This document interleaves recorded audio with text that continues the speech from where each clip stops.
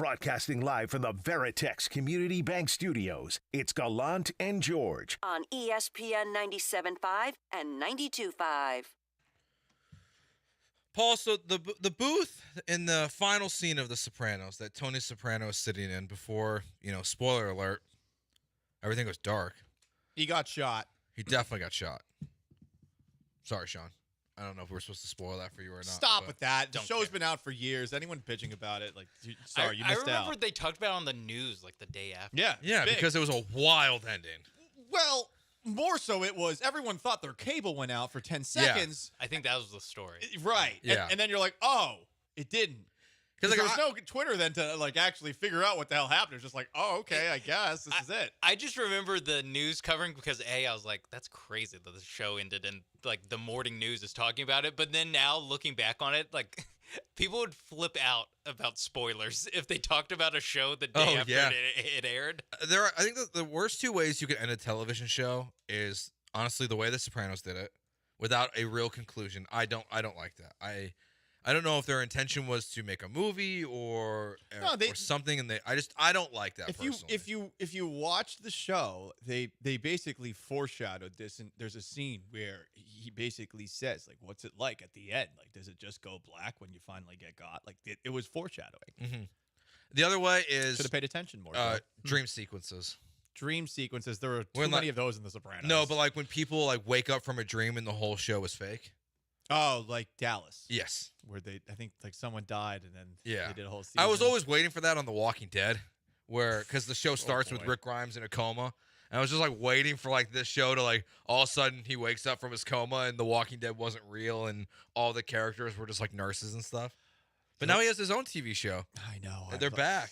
I am out on Walking Dead. I've been out since. Hell yeah. I've been out for a while. I remember I used to do a podcast over at the Flagship that was sponsored, and they flew us out to Los Angeles for the premiere where Negan was smashing skulls with a baseball bat. We watched it in a graveyard. And I remember that season, I was like, okay, I'm done. That was my last season. Really? Well. Yeah. I went farther than that. I lasted till Rick vanished, and then probably a little bit more. Honestly, I guess until pretty much the last season. Wow. The second to I didn't even know there was a last season. The second to last season. They've been pumping them out. The second to last season is when I stopped watching it as it would come out and wanting to be. I like watching Game of Thrones, Walking Dead when it was good on Twitter, as it's happening and people reacting to it. I know some people get triggered by that because spoilers, but whatever. I hate that part of it now. I'm not allowed to talk. I love dumb. TV shows. I love movies. I'm not allowed to talk about it because you haven't seen it in the moments afterwards. And this is one of the annoying things about just the way that streaming has gone. Okay, everyone can watch it on their own time. That's all fine and good. It's actually pretty cool. But there used to be a kind of community feeling of when something aired, you would talk about it right after it happened. And if you'd seen it, you could talk about it. And okay, maybe you DVR'd it or you had it on the VHS or something like that way back in the day. But yeah, I hate that now all of a sudden people get mad at you for talking about something publicly that you have just seen because they haven't seen it as well. Sorry, you're not the main character. The world doesn't revolve around you. Go F yourself. Well, 5, 3, 3, 1, chill. I'm waiting to start The Walking Dead. Waiting on what? Yeah, the show started in 2010. The regular show is over. Do or don't. That is life. You might be dead the next day. I just finished Sopranos in the last 6 months. So, oh well. If it got spoiled I knew how the show ended. I knew that pretty much everything that happened. I didn't watch season 1 of Game of Thrones until my mom spoiled what happened at the end of episode 9. I didn't watch Game of Thrones until season 4. Oh.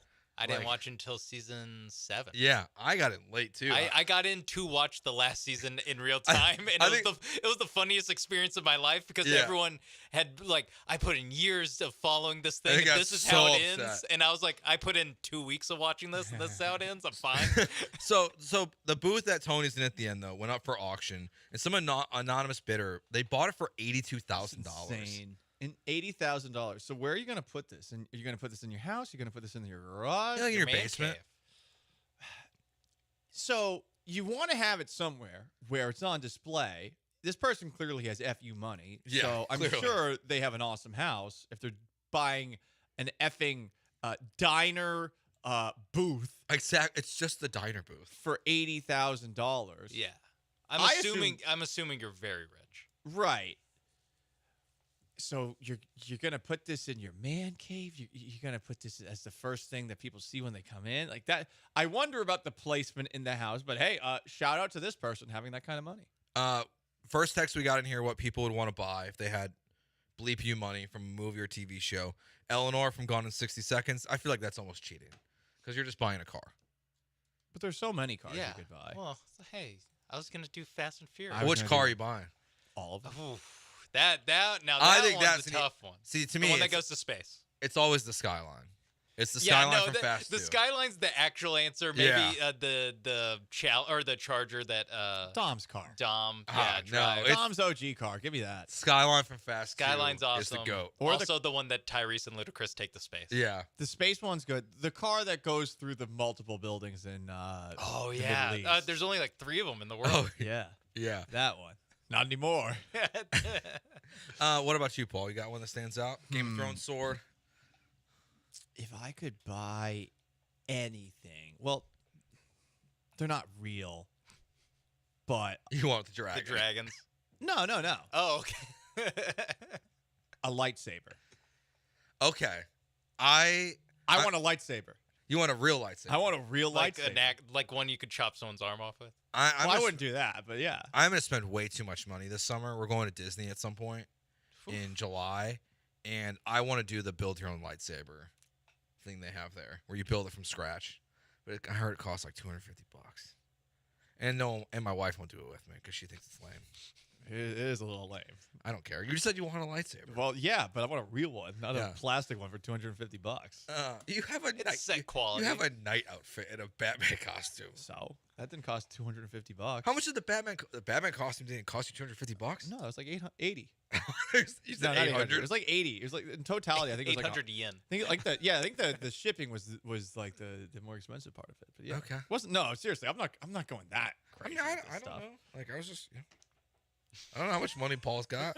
It's not much. Moneybag Paul over here. Now my parents have money, but I do not have money. Sean, do you have one that stands out? I mean, like the aforementioned cars, but then for a TV show, and you said money's no object, and I think I recently saw a tweet about this.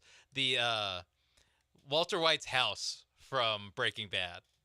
That'd be such a sick house to live in. Yeah.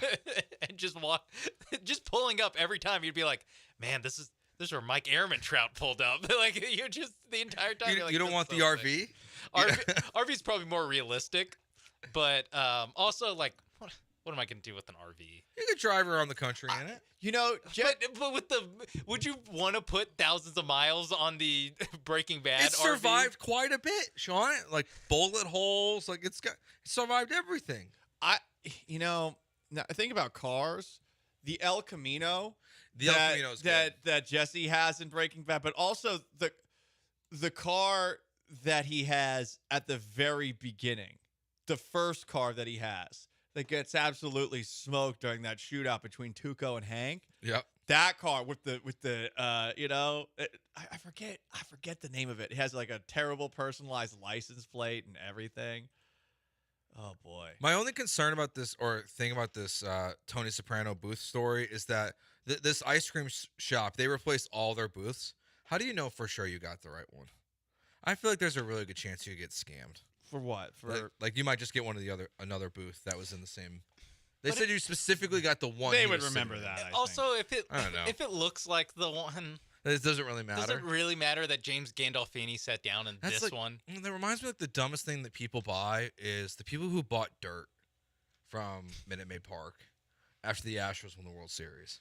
You know that in Chicago they sold ice from, they sold water from the Blackhawks arena from the rink. People bought They it. sold ice. You know how stupid that is. You I gotta was be like, a when real you said kid. they sold ice, I was like, what are you Yeah, talking about? like they sold basically water, but it was like it's ice from the What a arena. dipshit to buy that. Like you gotta be a real idiot for that stuff. Scared me, Wow, there, Paul. yeah, Make 2 in me- a row. make Come me on. real I know we're nervous talking there, about Paul. HBO shows, but Like, we're not we're on not. them. We are. Yeah, I watch The Sopranos. Hey, come cool. We are not an HBO show. The DeLorean, the sheepdog van. That's pretty Well, funny. you know the DeLorean base is in the greater Houston area. Like Is the it really? manufacturer for DeLorean. Yeah, I think it's in Tomball.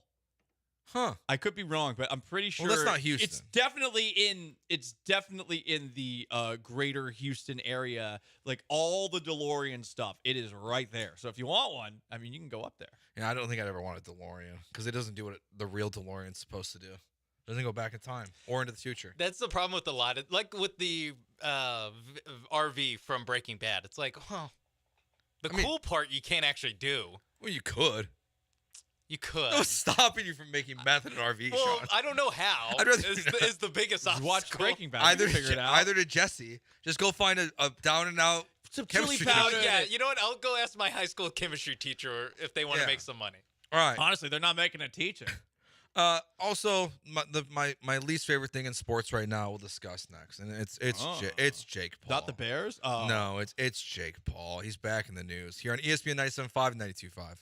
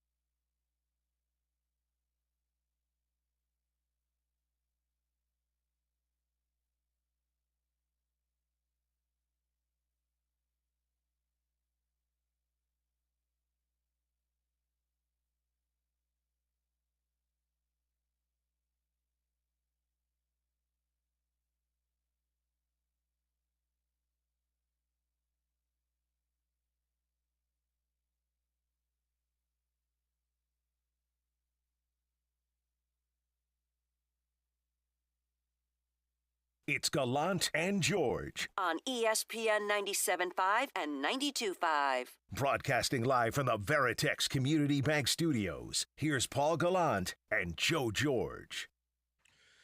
I hope you guys like Friday Night Football because it's coming to Fox. Apparently, the Big 12, Big 10, and the MAC, it looks like, are going to be having Friday night games on Fox this year in college football. I don't need it.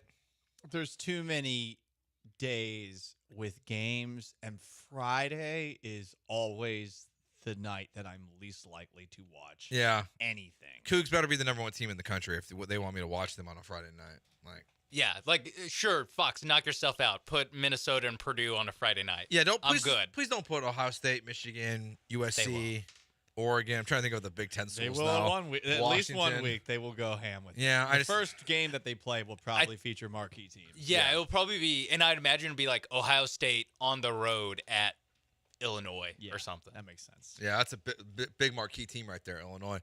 So we got news today.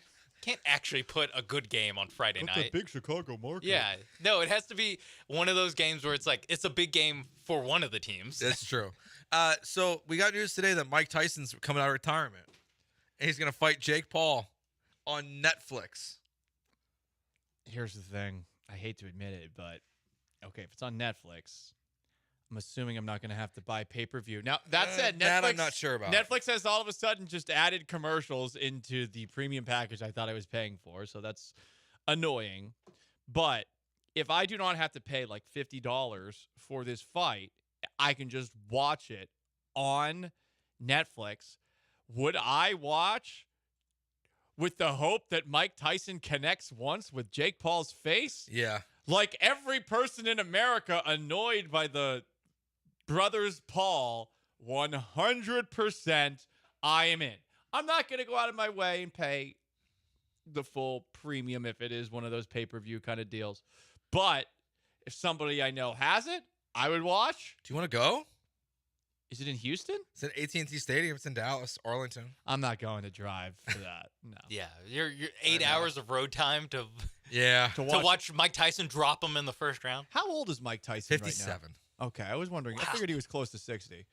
So there's a 30-year age gap in this fight. He's as old as my dad. This is wild. I don't understand why. Well, I do. This is Mike Tyson clearly needs money. maybe. I think it's more Mike Tyson has been wanting to kill someone. Like you fight, you still have your brain somewhat about you. Don't you want to get back in the ring from time to time? Especially when some person who is not a traditional boxer has all of a sudden invaded this space Yeah. and has succeeded in fighting non-traditional boxers and making a show out of it too. So obviously you're going to get paid, but I imagine for someone like Mike Tyson or for any boxer, if you still have your wits about you and you're not, where Muhammad Ali was at the end of his career and life, yeah, you'd want to get back in there one last time. Yeah, but Mike Tyson doesn't exactly have his wits about him. It's Mike Tyson. Well, Mike Tyson's never had his wits about him. Physically, he has his physicals about Exactly. him. Yeah. His wits have come and gone. Yeah. All right, let's go to garbage time.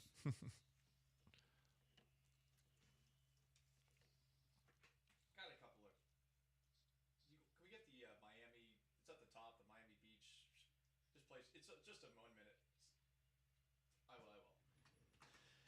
A question. A video went viral of a drunk woman getting in the face of a person with a crying baby Yes. at a bar. Should babies be allowed in bars? Can we define bar? This seemed like it was a bar/restaurant. So that's where it's like, okay, who do we like? Pluckers, Big City Wings, like, yes, those are more restaurants-ish. Biggio's, yes. But it just depends on the place. There is a part of me that understands that, and you're a father. Yeah.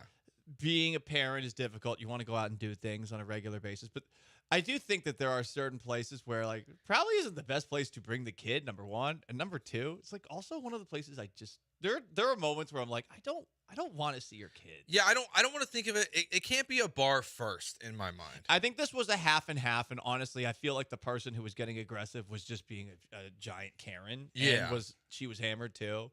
But you can check it out for yourself. I found myself as the video went along, especially when the mother said that the baby who was crying was having a good time. I thought to myself, you know what? Nah. That's such a dumb answer, though, from the mother. The baby's having a good time. You don't know that. No. Also, the baby's crying, which would probably indicate baby's not having a good time. No, not So at yeah, all. I'd say I'm more anti bring a baby to a bar. Okay. Did you see the Oakland A's? Check that. The hopefully Las Vegas Athletics Sacramento new A's. Stadium. Sacramento. That's what they're gonna be.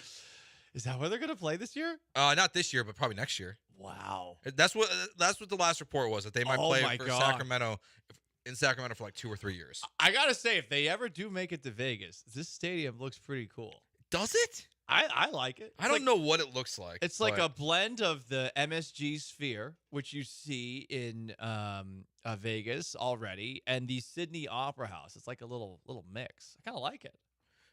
Oh, the A's will have something cool. Who would have thought? Yeah, I mean, it'll be fun. I definitely I'm not gonna do like the first time the Astros go. I want to, because it's gonna be so expensive. But maybe just later in the season, we'll do a station-wide Vegas trip. It'd be hot as balls that time of year, though. It is a retractable looking roof, from what I understand. The one really cool part is that on the roof is where it looks like the scoreboard is, which is weird.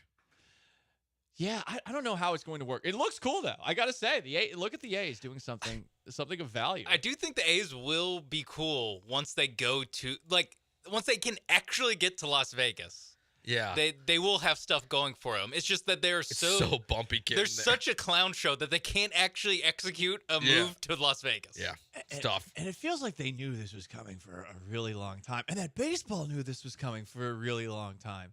But hey, if they're able to get this stadium out there, yeah, good for them. Good for the Oakland Augusters having something. Yeah, I don't know. I don't think it's gonna work. I agree. I saw that model. I was like, this is another reason that Vegas is going to be like, slow your roll, guys. Yeah. You can't afford this. It's also going to take like 3 years to build it. Yeah. That's true. That's true. Like it does look really complicated. They're going to be in Sacramento for like 3 years, they think. Oh my God, how embarrassing is that? Like, they're going to play in a AAA stadium? Yeah. Oh my God. Like, why don't they just play in the AAA stadium in Las Vegas? A good point. Like, I don't know. I don't then understand. where do you put the AAA team? Ooh, They'll have to leave no matter what, anyways. Yeah, I guess that's true. You can't have competing teams in town? Are we saving the other one for tomorrow? I'll save it for tomorrow. All right. He's Paul Gallant. You can find him on Twitter at Gallant Says. I'm Joe George on Twitter at Joe George Radio. Sean's on Twitter at Sean A. Mapes. That does it for us. The Killer Bees with Joel, Jeremy, and Brian are up next. Talk to you tomorrow. Peace!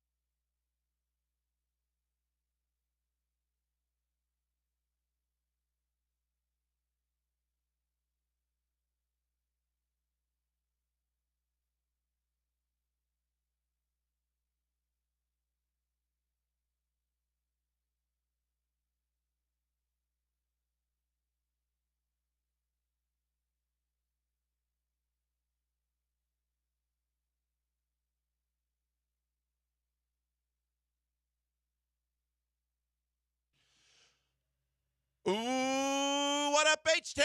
Hey, how we doing? He's Blank. I'm Branham. It's Brian behind the glass, and it's a Thursday edition of the Killer Bees on ESPN 97.5 and ESPN 92.5. Only a minute and a half late to get to the show today. That's not bad.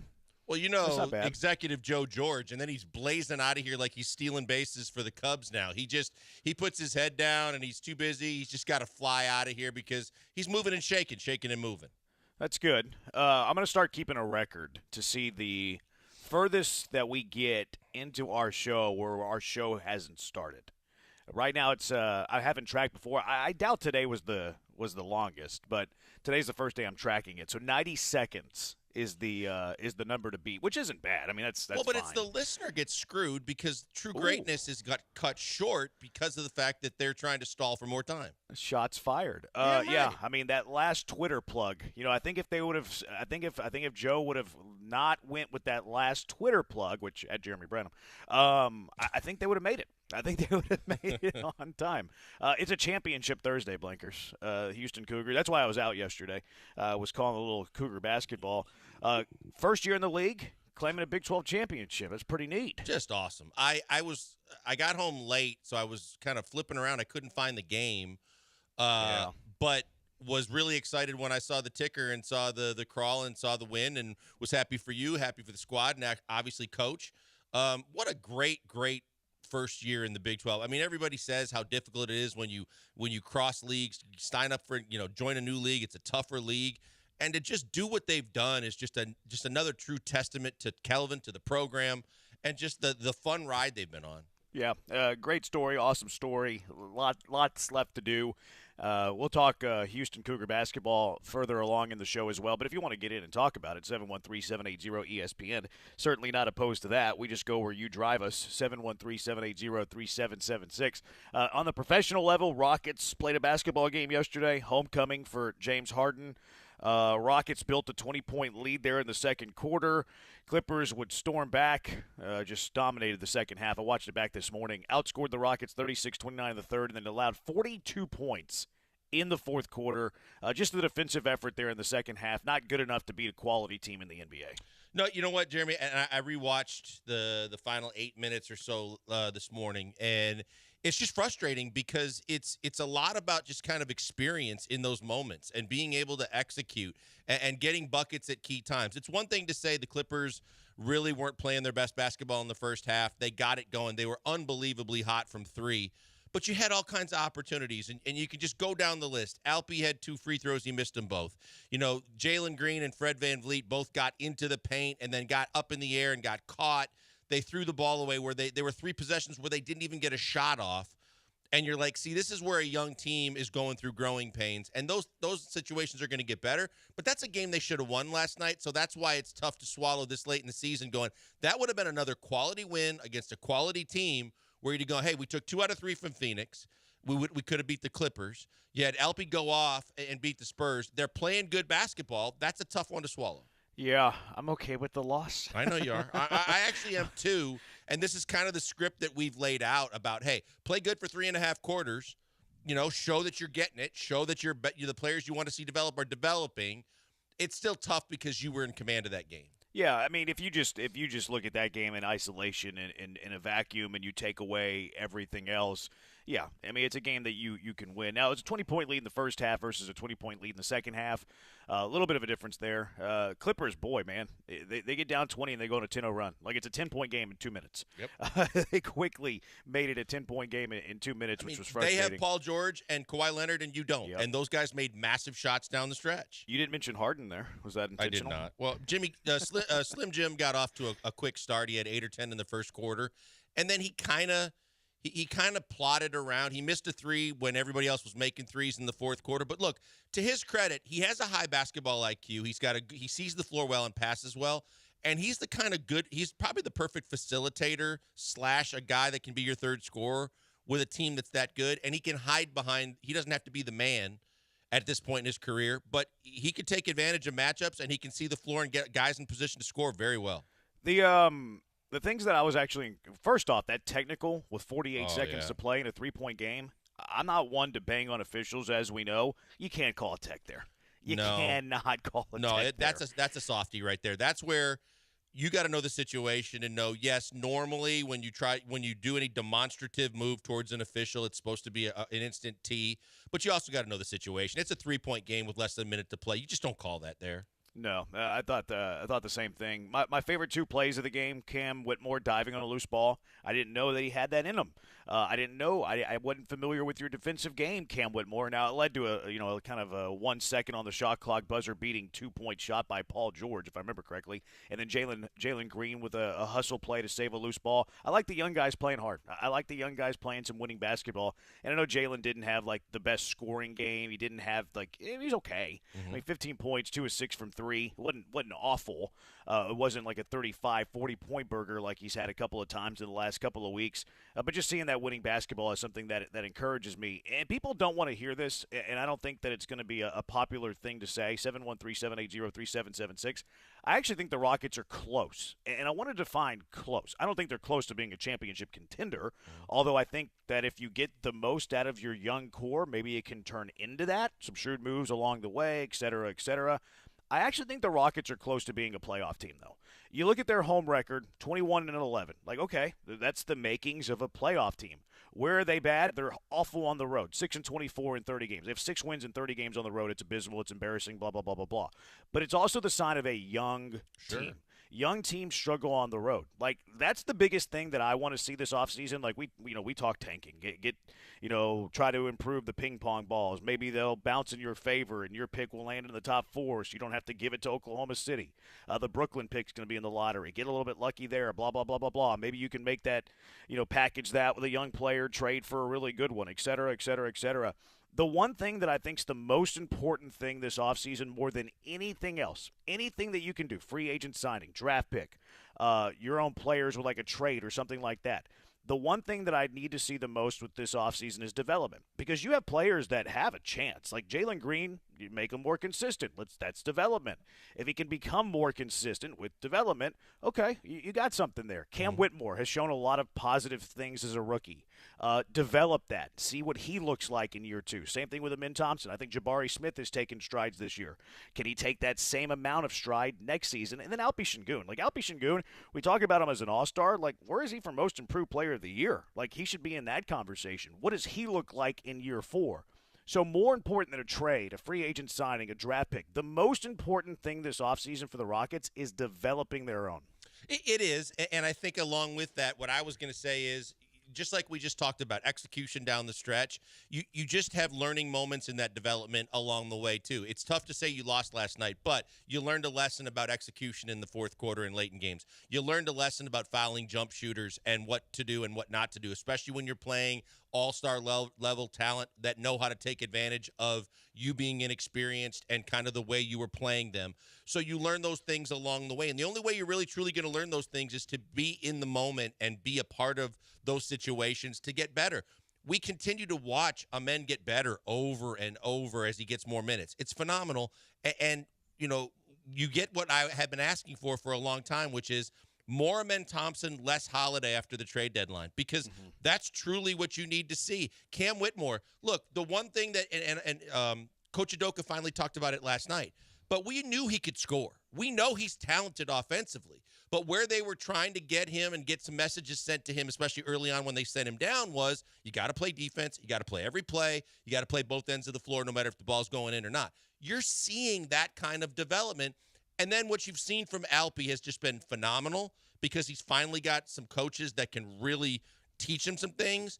And then the other thing is Jalen's getting better. Jalen's getting better every game, and it seems like he's finally bought in. He's understanding that when he does buy in, he's going to get his, even if he goes 1 for 10 from 3, there's other ways to help this team. And then, like you said, because of those things and that combination of the players we're talking about, we even said Tari Eason because he's been out, your nucleus is good enough if you keep them together to kind of have something brewing here. Yeah, I don't like when you use the word buying in, or a couple of words, whenever you're talking about Jalen, because I think the buy-in was there, and we could disagree on that, but he was never like a malcontent. Like, he was never an issue. He was never a problem. I think, for me, I think he just didn't know what he didn't know. I think he was learning winning basketball, and because he's been playing 20 years in an AAU circuit, and there's no winning basketball, it was more about conditioning him to play winning basketball. I think he always had a fine attitude. Now, there's times when he pouted and stuff like that, but I think that's part of growing. I think that's part of developing. That's part of maturing. And he's still very, very young. That's why I want to see the development. Like, I want to see what he looks like year 2 with Ime Udoka. And if we have the early goings of next season, the first couple of months where it's like, okay, there's zero development here. Okay, well, it's time to bail. It's time to go in a different direction. It's time to plan without Jalen Green. But I want one off season, Jalen Green, knowing what winning basketball is all about, and then see what he looks like next year. Yeah, look, to me, it's semantics in terms of the terminology, because I think you're right. What it does boil down to is the only system he's ever known is basically, here's the ball, go get a bucket, and isolation, isolation, isolation. And that is being a product of AAU and being on the fast track to try and get to the league, that coaches just basically run that out there because they want him to play for them. Now you're getting into a situation where you understand at the highest level the game is played, it's a different ball game, literally.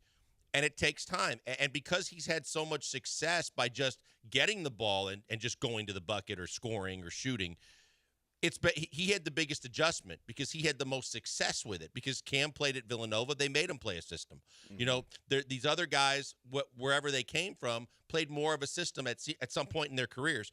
But now that he's actually playing the system, that's why I keep going back to that game the other night. He had 20-some points. He was 1 of 10 from 3. Normally when he's 1 of 10 from 3, he's looking for a call. He's not getting back. He's kind of upset.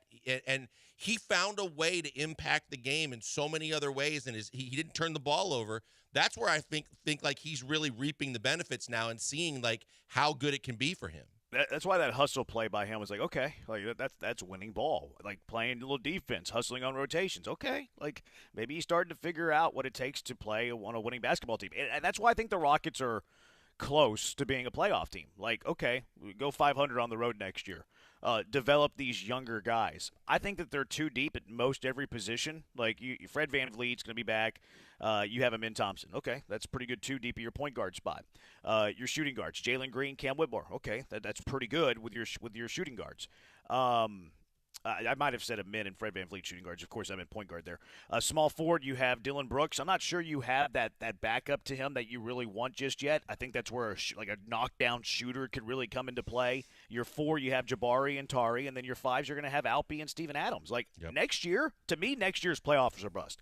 And I think that you can try to do it with this core, but if it doesn't get to the playoffs next year, it's like, okay, let's reinvent who we are.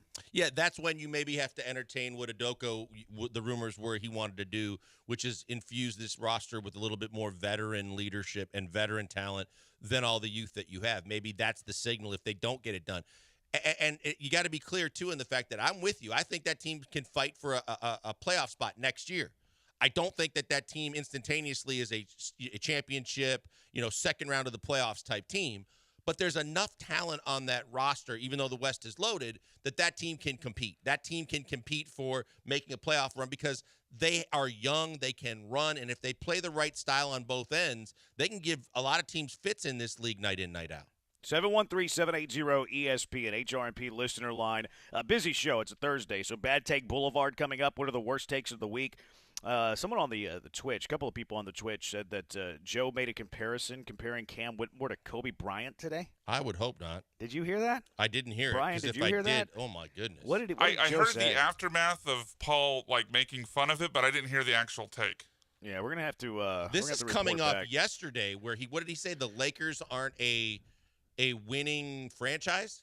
Well, that's gonna make an appearance on Bad Take it'll be in the segment though. So okay, we'll get to it. Joe, call to defend yourself. 713-780-3776. I don't know why I'm giving you the number. You should know the number. But a busy show. Dalton Schultz locked up a couple of days ago. I got to thinking a little bit about this. Does the Dalton Schultz deal change how you feel about running back? Does it change how you feel about Robert Woods? Very busy show today. It's going to be a fun show. Kyle Tucker, projection numbers. Would you sign him? All that stuff. But when we come back, do the Rockets have their Tier 1 superstar that they can feel confident can lead them to a title? Not next year.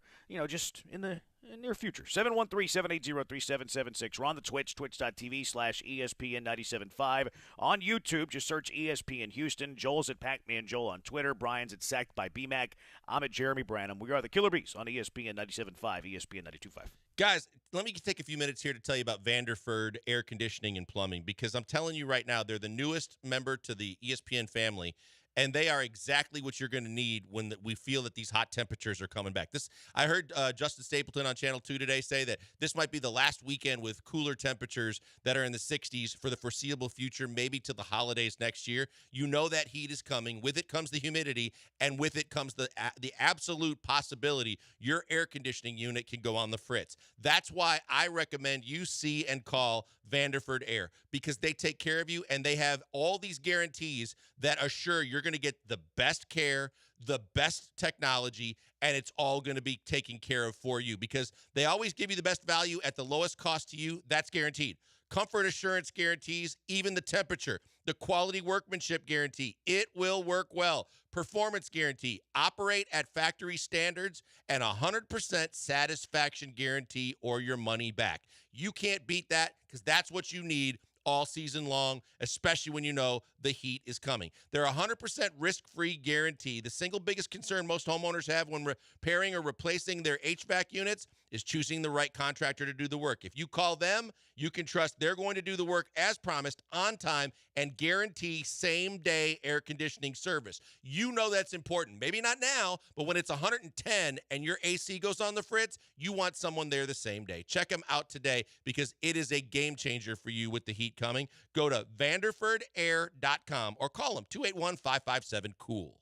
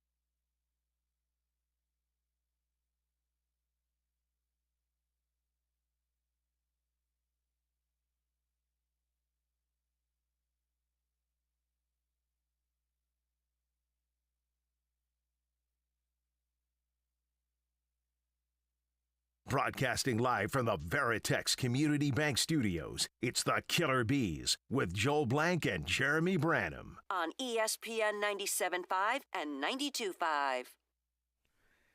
He's Blank on Branham. We got to know more about this comparison that Joe made. Greg told us that he compared Cam Whitmore to Kobe Bryant. Brian, can we call him? Can we just cold call Joe George, see if he answers? I want to give him a chance to defend himself before we just... Is he still in the building? Crush him. I don't care if he's in the building. Let's call him instead. Oh, I'd rather call him. I wanted to hear the ringtone and do all that stuff. Here he comes. Oh, because, hey, and now he's giddy and happy. instead of being he's getting the killer bee rub. Yeah, exactly. He gets the killer bee rub instead of like charging out of the studio, hustling and moving and shaking because he's so busy now. Okay, well, I'm glad that I'm not there today, so I don't have to see him.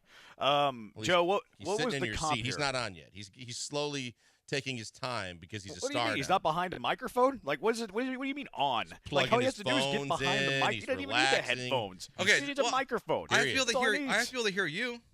No, you don't. Joel could relay the message. Okay, I did Plus, I not. think you know Great. what it's I get to about. be the messenger. This is fake news. I did not Okay. compare Cam Whitmore to Kobe Bryant. Thank God.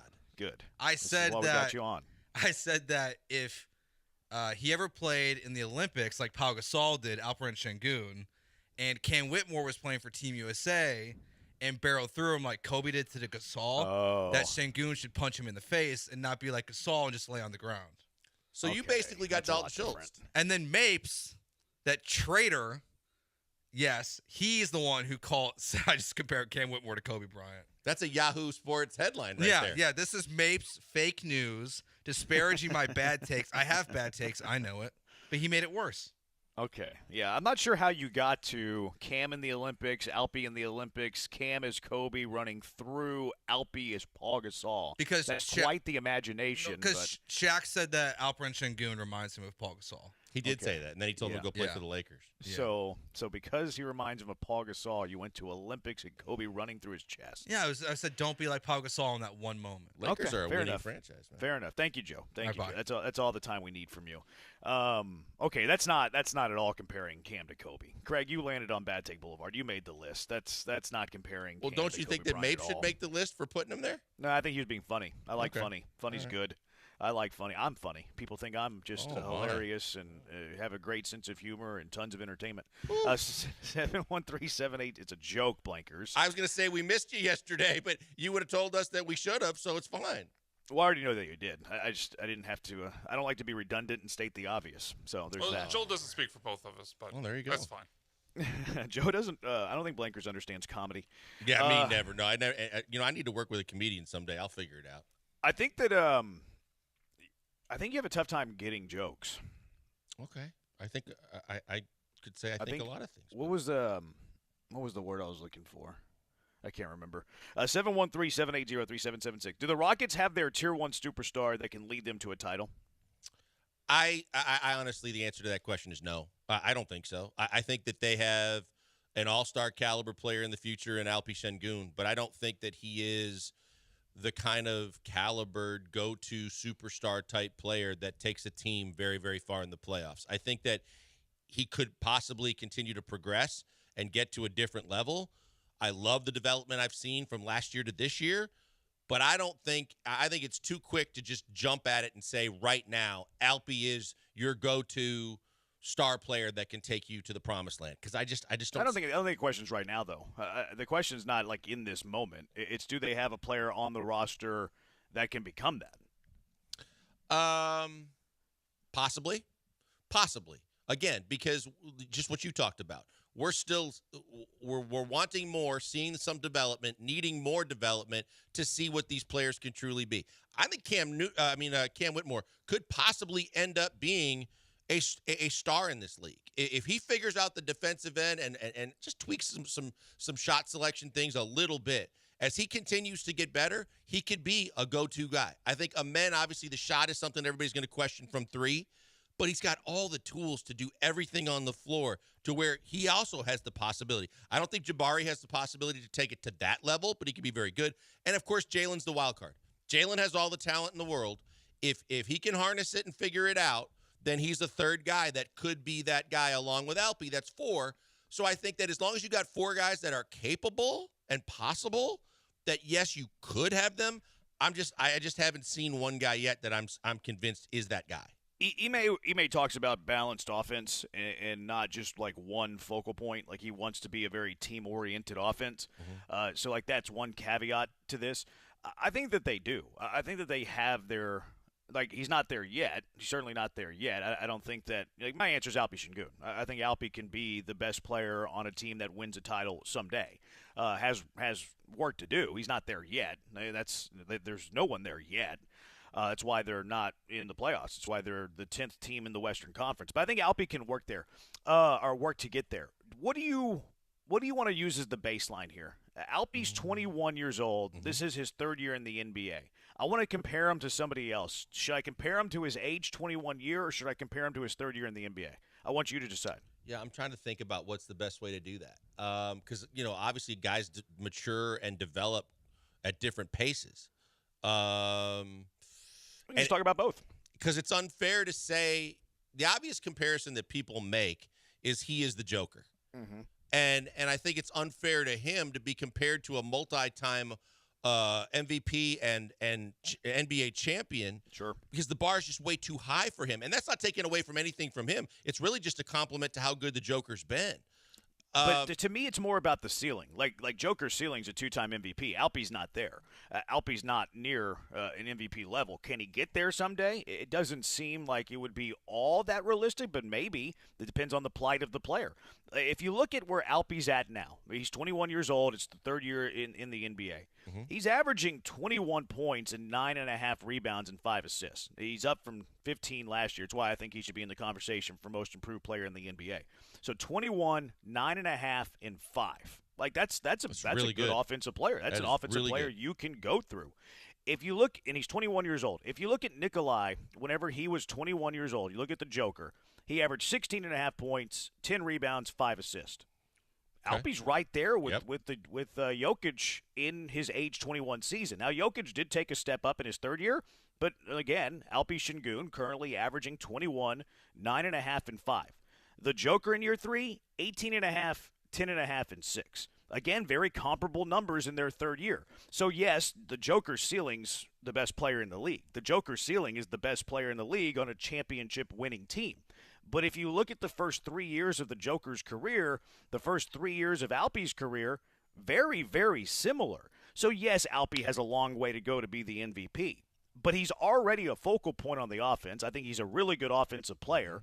He would need to develop quite a bit more. I think he's got some skill. I think he has some left in the tank. I don't think he's reached his ceiling. I think he still has room to grow. So I think that they do. I think Alpi Şengün can turn into that player and be that guy for the Rockets, to be their star, their go-to guy, their player that can lead them to the promised land. A long way to go, but capable. Yeah, no, and I think, Jeremy, some of the things that you're talking about are the things that we saw last night, right?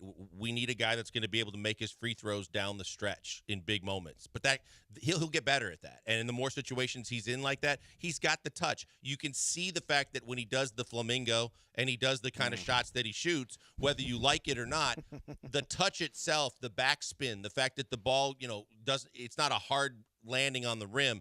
He's got good soft touch. He's got great moves around the basket. I think the free throw shooting is going to get better. And a lot of these guys, you see it get better as they get more established in the league. So that's encouraging to me. But because of the fact that he's got that offensive touch and not just shooting the basketball, the way he sees the floor, his passing ability, we see it in a lot of those oh wow moments when he makes the no looks, but more so just making the right passes on cuts and when he gets double teamed. The way Dream used to do it, the way guys that are really good in this league do it. He has there's no ceiling right now as to how high his upside is because he's got such an unbelievable skill set. Yeah, see, I think he's a good free throw shooter. He's not in crunch time. That's the difference. I'll take 70% for my center. He's a 71% career free throw shooter. He's fine as a free throw shooter. He kind of melts in crunch time. You know who else did? You know who did that early in his career? Dream. Yeah.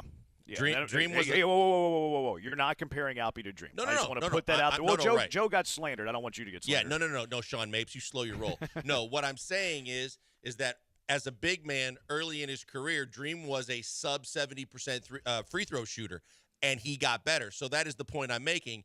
Alpi, I firmly believe and expect, is going to continue to get better and better at the free throw line.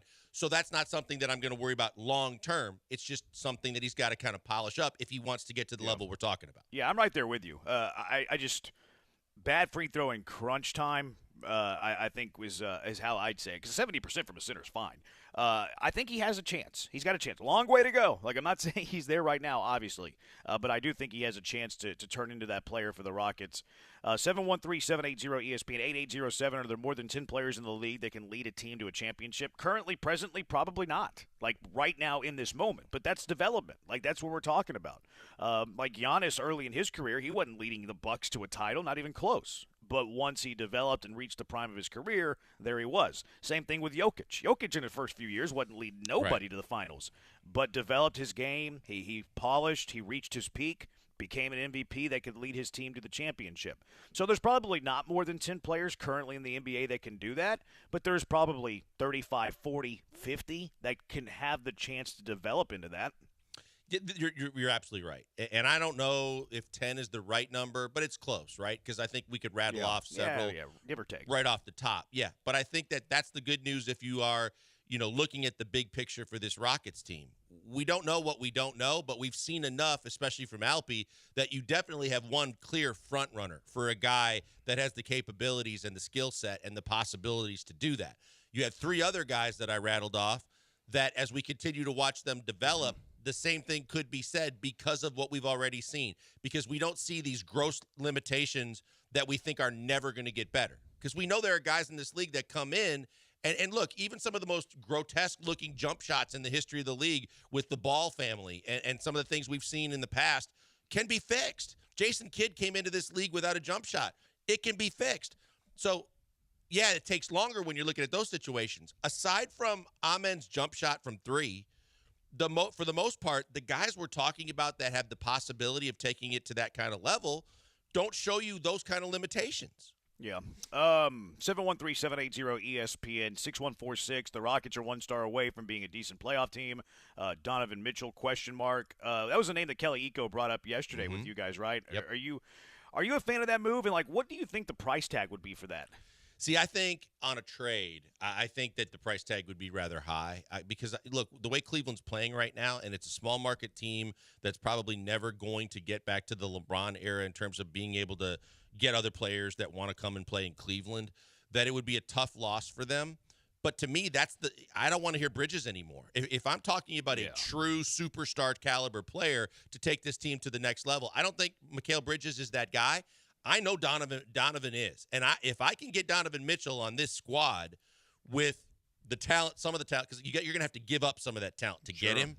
But if you can keep some of that talent here, and especially if you pair him with Alpi and you get him, and you keep Tari and maybe one of the other guys, you still have the ability, and especially if for one more year you'd have Fred VanVleet, or maybe you could trade Fred VanVleet and Dylan Brooks in that deal, and I'd be ecstatic to get the contracts off.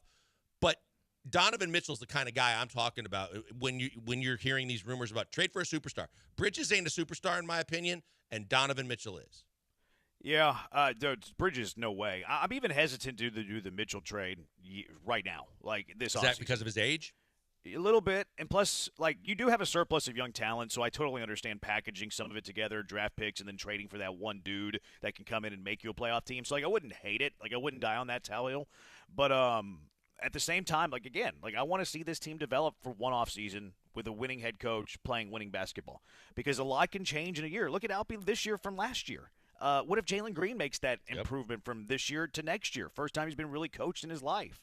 So I don't want to give up on it too early. I think next year's trade deadline is whenever you look to make that type of move. Yeah, look, I think I didn't mention Jabari, and you might have a different opinion. I like than Jabari. Me. Yeah, I like Jabari's game. I think Jabari has a ceiling, and I don't think that Jabari fits that same mold of kind of that unlimited ceiling of the guys that I rattled off. And that's not a disrespect to Jabari, because we've talked about this in the past. If Jabari's ceiling can get to Chris Bosh level, that's phenomenal. But if it doesn't, and he averages a double-double, and he's a good spot-up three-point shooter, and he can defend, he has a position on this team. See, I think he's a really good role player and a really good team. Yep. I don't think he can be a star per se. I think he can be a unique role player where he can get you a double-double. He can shoot 40% from three, his best years, and then be a really good defender. And I think that's very, very valuable for a playoff team. Not a star. I'm with you. I don't think he could be a star, but I think he could be very valuable in that type of role. Agreed. 713-780-ESPN HRP listener line, 713-780-3776. Kyle Tucker. 8 years, $204 million. Would you do that if you're the Astros? 713-780-3776. Killer Bees, ESPN 97.5, ESPN 92.5.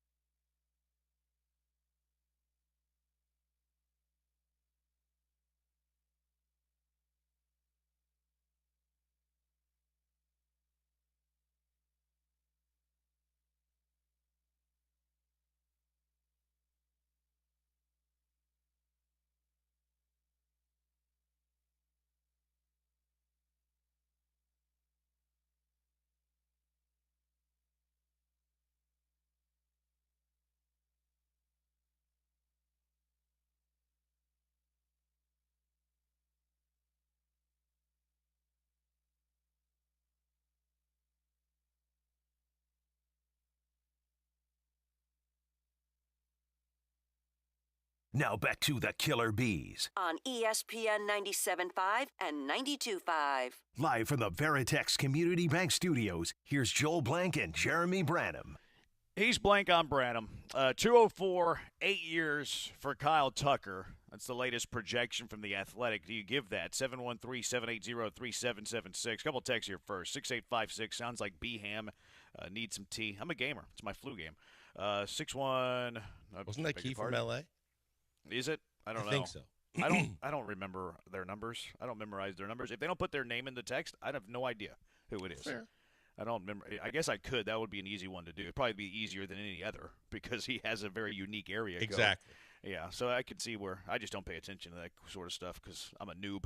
3311, I love Joe's bad takes. I just wish he'd defend them and not abandon them when Sean or Paulie challenges them. There you go, Joe. A little self-help. A little constructive criticism from the experts. I love bad takes, too. I'm a big fan of bad takes. Tony22, love the intro song. I'm getting blasted right now. You do you, Tony 22. Who the heck is Phyllis? I don't know who Phyllis is. Maybe he's calling Brian Phyllis just for the fun of it. I don't get it. I think it's just like a pet name. But you told me I don't get any jokes, so then I have to work on it. You're very – I don't know the word I was going to use. It's like the opposite of gullible because you're not gullible. I don't know. It's on the tip of my tongue. I can't think of it. 713-780-3776. All right, The Athletic with a projection on a Kyle Tucker extension. 8 years, $204 million. That's a $25.5 million AAV. Are you giving Kyle Tucker north of $200 million on an 8-year extension? Well, the only thing that scares me is the 8 years because I think that as we continue to see baseball is never going to go away, the revenue's never going to decrease, that I think that that's going to be, as the contract goes on, I don't think the value is going to – I mean, I don't think the AAV is going to be what kills you. It's just the length of time that Kyle Tucker is going to have sustainability in his abilities. And we talk about return on investment dwindling greatly in the last couple of years of a long-term deal. The only thing that the $210 million really doesn't scare me all that much because of the fact that the AAV is very reasonable. It's just that 8 years is scary to me. I would say, you know what? Because of the fact that then you've got him and Jordan locked up, and you're really starting to continue to keep this thing going. Man, that's tough. I'm going to say no because of the 8 years.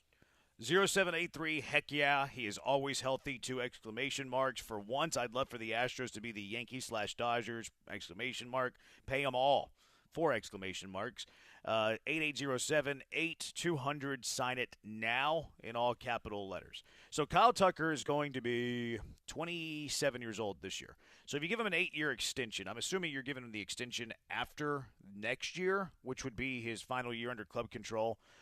So now 27, 28, and then the contract extension would kick in that following year. 29, 30, 31, 32, 33, 34, 35, 36. This goes against my philosophy of paying big money to guys into their mid-30s. The big thing, though, is that it's more affordable than most of those contracts. 25.5 isn't, like, crazy. Like the average annual value is not crazy. I just don't want to commit a huge chunk of money to a player into their mid-30s. And I know Kyle Tucker's been healthy. Like he's not been a George Springer type where George Springer you could count on, 2 trips to the injured list every single year. You could count on him missing 20 to 25 games every single year. But Kyle Tucker to me is the George Springer comparison here for players that left. I would say a healthier version of George Springer.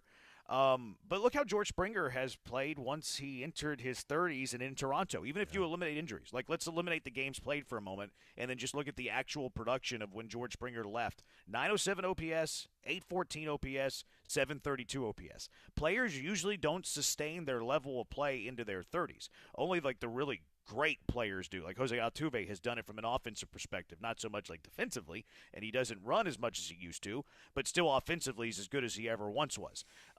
Players usually don't sustain their level of production into their 30s. That's why I'm anti-paying big money to guys in their 30s. I agree with you. The AAV does not spook me here. 25.5 is super reasonable. That would be awesome. I just can't commit $200 million to a guy that's going to be turning 30 by the time this contract kicks in. That's why or the first couple of years of the contract. See, that's why I would be more on board with keep the AAV the same and do it for less years, and you might be able to sway me. But yeah, because it hasn't been their philosophical way of doing contracts anyway, but 2, because of the fact that the fall off could be so drastic that you could get into a really, really a pitfall situation that could kind of handcuff you a little bit. That's why I don't mind the AAV. I just hate the years. Yeah, I'm actually completely opposite of you guys on this. Look, I think we've seen, and I was trying to find it on Spotrac. They don't have it. Maybe they've updated the website. I'm not sure, but we've seen projections for Kyle Tucker go up north of where Bobby Witt Jr. what he got in that, which was 9 years, $280 million. So I would absolutely take the savings here. I don't think Kyle Tucker would take it, if I'm being quite honest. This projection honestly feels low, but if you would take it, I would, to borrow the term we used for Byron Murphy, if he fell to 23, I'd race to the podium to sign it. The 8 years, sure. It's concerning. It takes you age 36, and I do get the concerns about that. But this isn't, Jordan, who he can't even play 150 games. This isn't a guy who's constantly hurt. And even as much as the AAV is of value now, by the time you get to his mid-30s, by the time you get to age 34, age 35, that $25 million compared to the other top contracts for outfielders at that time, 6-7 years from now, is going to be even more value. So even if his production drops off, the way that baseball contracts will go up will make this even more of a value. So I really even wouldn't worry about his production dropping off in his mid-30s. I'm worried about the production. I hear you on the $25.5 million doesn't break you. But if you're paying a guy $25.5 million and he kind of is a shell of it, like if he turns into George Springer, like who he was last year, that's a corner outfielder who's hitting below average in in a position where you need offense. Like corner outfield positions, you should be getting offense. So if he regresses into his 30s, most players do, and isn't living up to the $25.5 million, so now you're paying a right fielder, a corner outfielder where you need offense, $25.5 million, which isn't again like going to crush you, kill you. But you're not getting any offensive production from a spot where you need offensive production. It's absolutely fair, but I just don't see anything in Tucker's profile that suggests he's going to have the long-term injury concerns that it's not George injury Springer concerns. has. It's not. I'm not worried about the injuries like with Kyle Tucker because he hasn't had the injury concerns. Well, I'm just worried the about specific natural regression of a comparison to baseball George player Springer. who slips into their 30s. Well, I said eliminate the injuries when we're looking at Springer and just take the raw numbers. Okay. Let's eliminate the games played. It's not an injury concern of the 30s. It's natural regression of baseball players whenever they turn 30. Their best years are in their late 20s, and then they start to fade away into their early 30s. It's just the thing is that injury aside, we know that the worst case examples for teams are Miggy and Pujols and guys like that. But when you look at Kyle Tucker, the biggest thing is that you can find you just don't want something that's going to be that kind of ultimate kind of stumbling block when you have everything else kind of lined up to where you've avoided this for so long. You've avoided the long-term, deal. And if you can get a shorter-term deal, which, again, I agree with you, Brian, I don't think he's signing this deal. But if he had the Jordan deal was so ultimately perfect for the Astros, but still worked out for Jordan and it's a steal, he already said he wasn't signing up for that. And I think that he's going to use the Witt contract as something that he's going to chase. And unless it's like this year's market where you just feel like he's just not going to see the takers anymore and teams are getting smart and wising up, he's going to chase Witt money before he even considers this. Hey, Witt's 3 years younger, too. Yep. So, that's part of it. But then Tucker's, closer to free agency. That's part of it. I also feel like a lot of times, we look at these years like, oh, yeah, no big deal. But we don't really realize how quickly things change in sports. Like, I just pulled up offensive leaders in 2019, just real quick. So that was basically 5 years ago because you're going into the 2024 season. You look at some of the best players, we just go home runs. Eugenio Suarez hit 49 home runs in 2019. He's still around. He's still playing baseball. He's 32 years old. For Cincinnati? He's nowhere near. Yeah, he had 49 home runs for Cincinnati. Oh, my God, that I didn't year. realize he had a year like that. Yeah, he went nuts that year. That's a great hitter's park. Great Still. hitters park, sure. But, 49 home runs, and then you look at, he did that when he was 27 years old, and then you see regression. Now he's 31 years old, and the Mariners got rid of him. Cody Bellinger hit 47 home runs that year. Now he's had, a career renaissance, which is, really cool. Alex Bregman hit 41 home runs in 2019. He's not that type of player anymore, and Alex Bregman's approaching the age of 30. Your best years are in your late 20s. So I am very hesitant of paying a guy a lot of money on a long-term deal into their 30s. It's just my normal philosophy. Now, to Brian's point, which I think is a good one, $25.5 million is not like this Miguel Cabrera $40 million a year type of deal. So that's where the trade-off's at. I don't like doing it, but the AAV's low enough to where it's okay, I don't like it, but all right, okay, whatever. But I wouldn't do it personally. That's where I started. The AAV, I'm sign me up right now if he does a 5-year deal. Just take the Witt deal and say, okay, if he's 3 years younger, knock 3 off of it. Give me a 5-year deal at that AAV. And I'm all in every day and saying, I hope he takes it because I don't think he would. But if he did, I'd be ecstatic. Yeah, I just specifically like the type of contracts that we think of these as being these massive anchors that really tie teams down and limit their ability to do things, building their team going forward. I mean, obviously the two obvious examples which have been brought up have been Pujols and Miguel Cabrera, but this deal would obviously not take Kyle Tucker to an age as old as Miggy and Pujols were at the end of their contract, and plus being at an AAV that is already, to me, and I think we all agree on this, an absolute value. By the time you get to year 6, year 7, even if the production drops off, the value is only going to increase as the overall contracts for outfielders and star players go up. So even if his production does drop, I think it's going to be in line with the savings compared to the other right fielders in the market. I think it's a good point. I just don't want lack of offensive production in a premium offensive position, because if you're getting below average offense from a corner outfielder, I don't think your offense is going to be very good. And that's part of my reasoning here. 8-8, because I agree with what you say. I just can't look at those years and be like, okay, well, we're going to accept below average offense from an offensive premium position. And if you look at it too, obviously it goes back to the texter that said just once sign everybody and be like the Yankees or Dodgers. You don't have the revenue streams and the overall value that those teams have to kind of endure and survive. Think about all the bad contracts they've signed and taken on. I mean, Stanton's the latest one.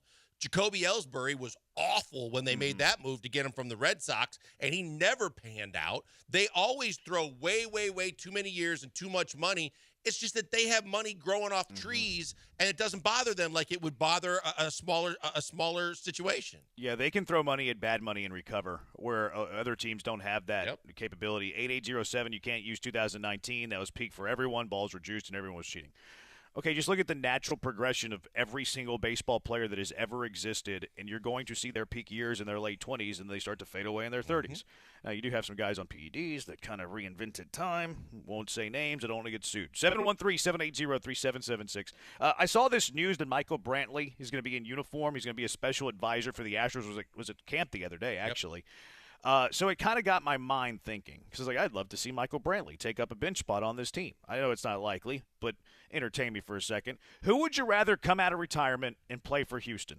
Michael Brantley or J.J. Watt? 713-780-3776. Killer Bees, ESPN 97.5, ESPN 92.5.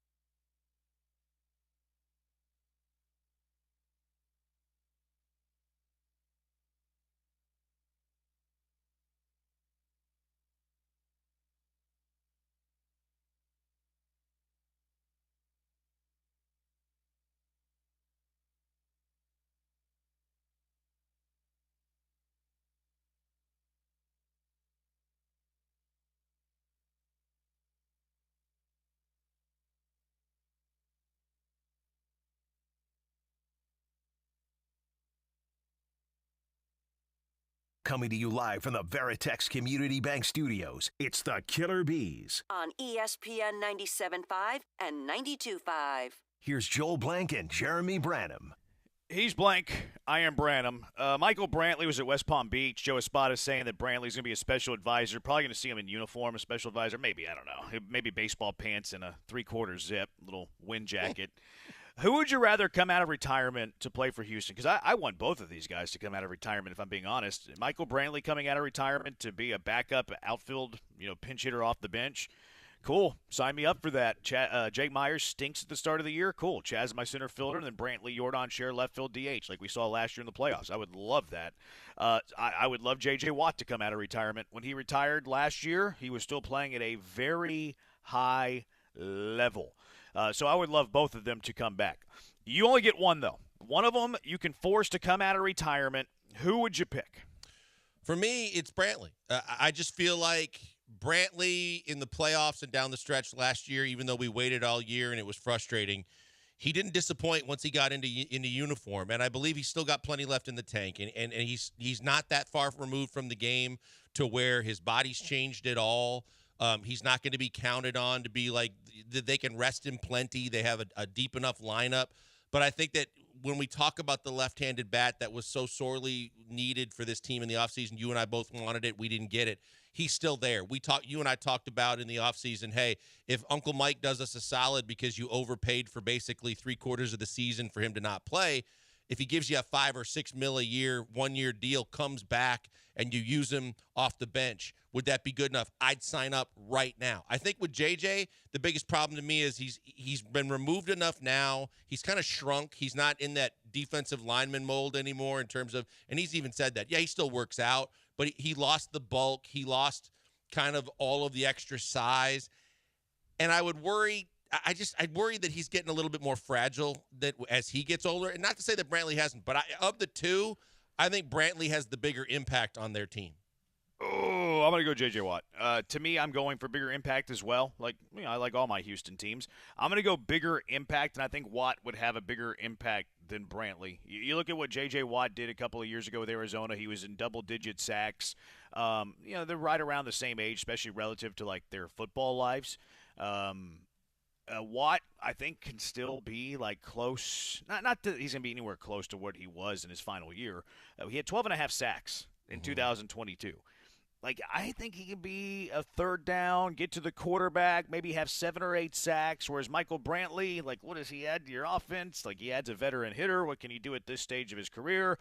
I'm going to go with who I think has a higher ceiling. And I think that J.J. Watt has a higher ceiling. But Jeremy, we talked about this. We talked about this with the Deshaun conversation. When you get removed from football, there's something to your body being conditioned to the hitting and all the physicality and the grooving. Where it's just like for baseball, you just pick up a bat and swing it the way Brantley showed he could do after sitting out 3/4 of a season. That's why I lean Brantley. You're Brantley right. Can definitely roll out of bed and get 3 hits. There's no doubt about that. Yeah, it would be great to have them both. If I got to choose one, I'm taking Uncle Mike. 3311 says Gronk was able to get big again. 713-780-3776. You get to force a guy out of retirement to play in Houston, Michael Brantley or J.J. Watt. 713-780-3776.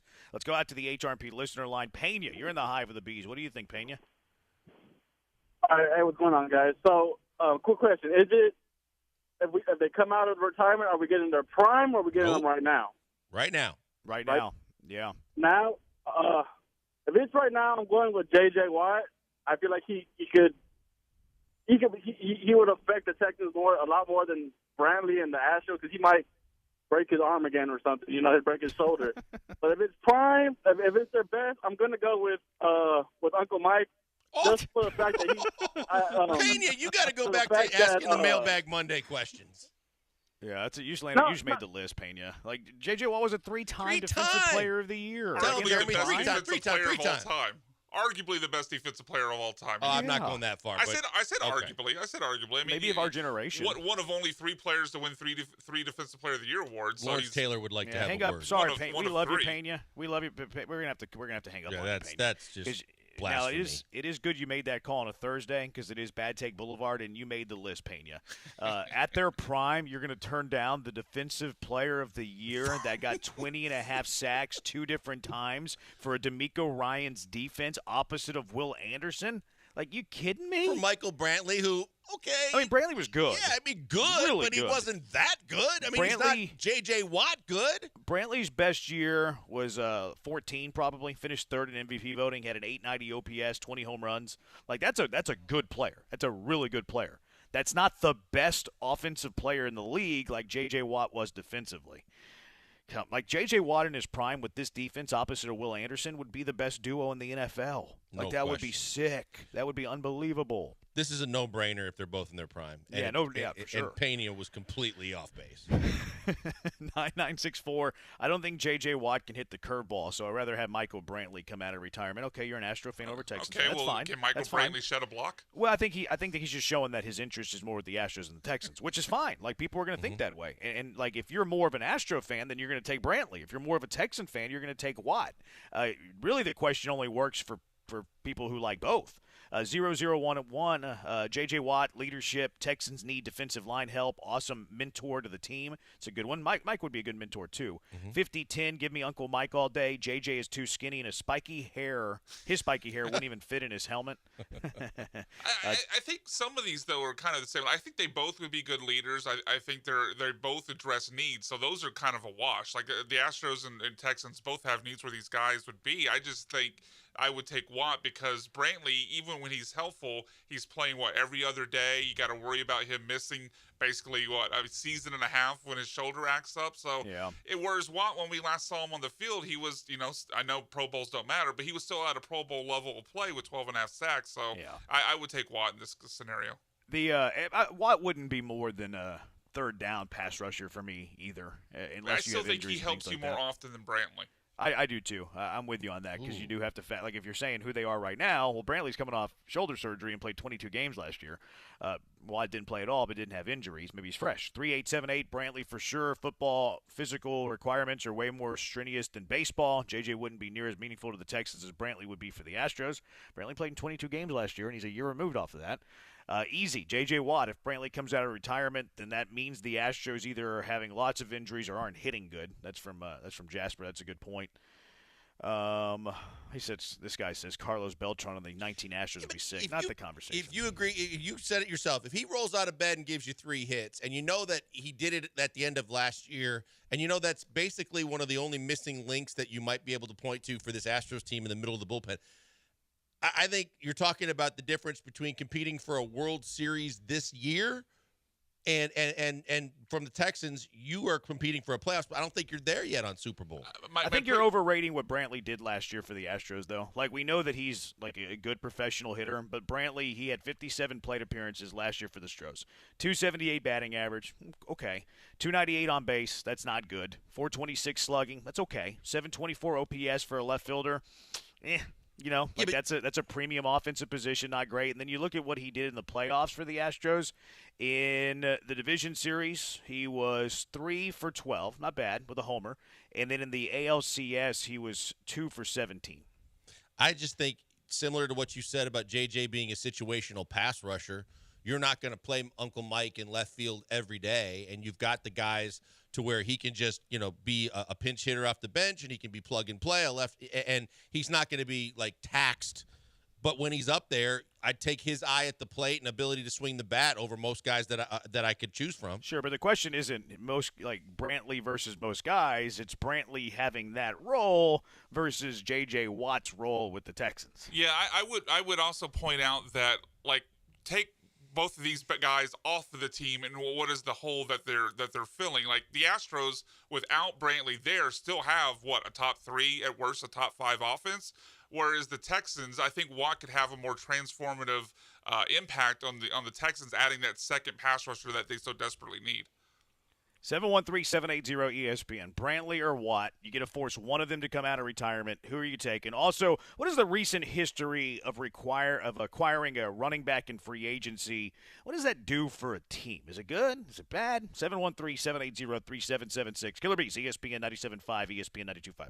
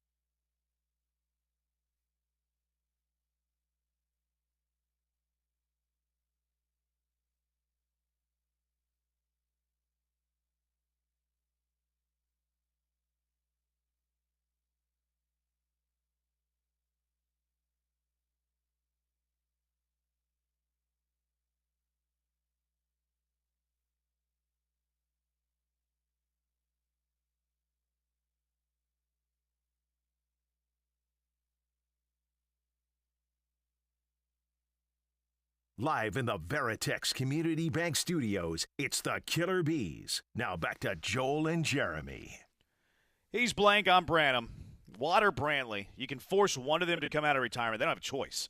9953, I'd also take Brantley if it was primes, because Astros are closer to a championship. Watt prime is better but doesn't contribute to a Super Bowl probably. I don't know, man. You had a J.J. Watt at his prime, 20.5 sacks. I think the Texans are Super Bowl contenders. I think you might be right. Call me nuts, but I think they are.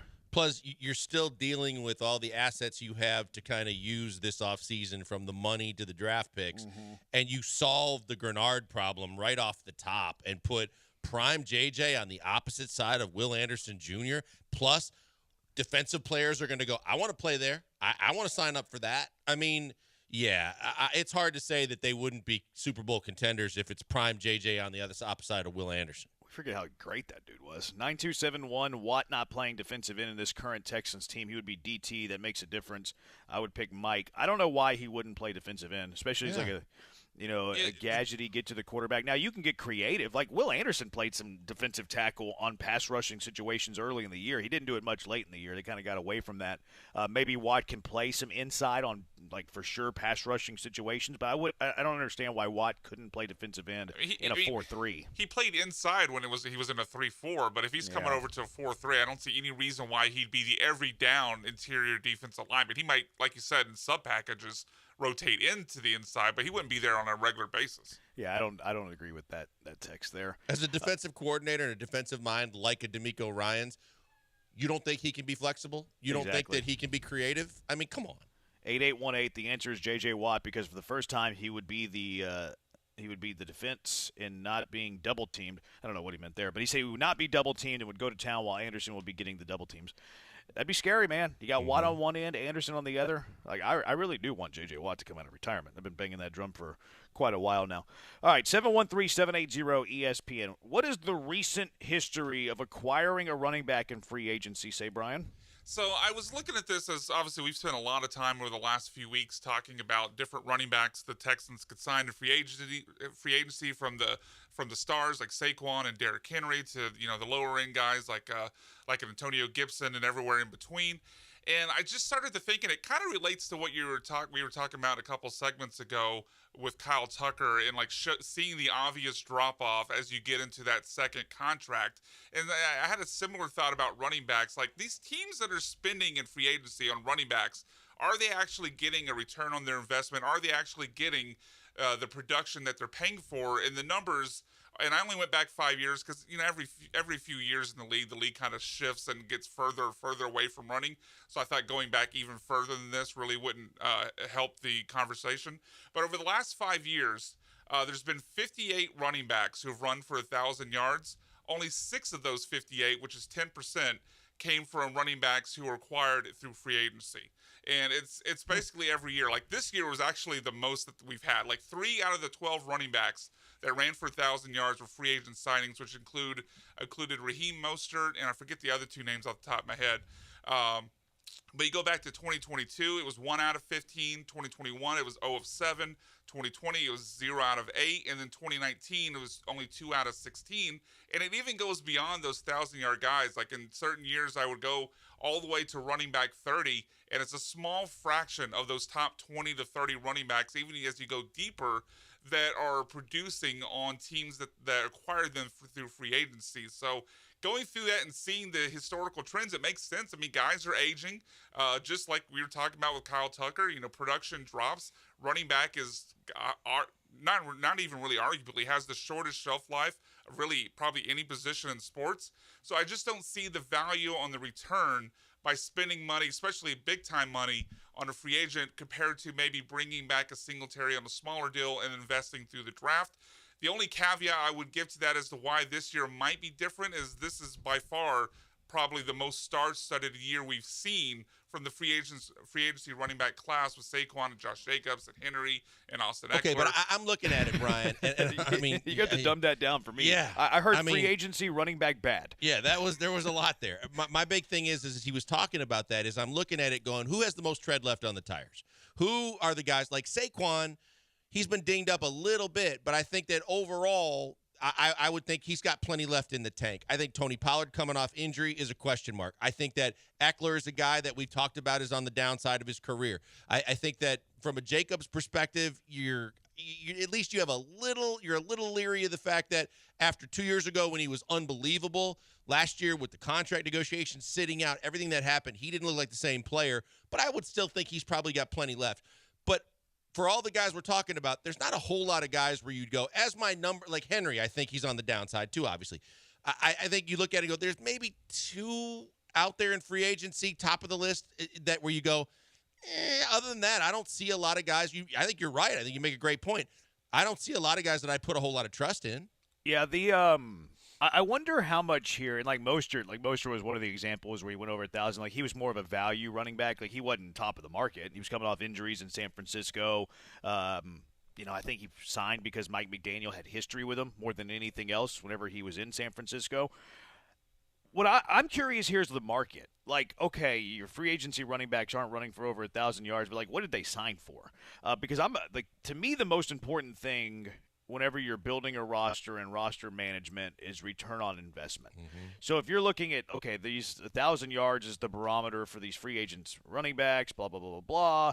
Okay, like let's play the numbers here and say that most of them are under 1,000 yards. I see in the show notes here it's 10%. Okay, cool. That's fine.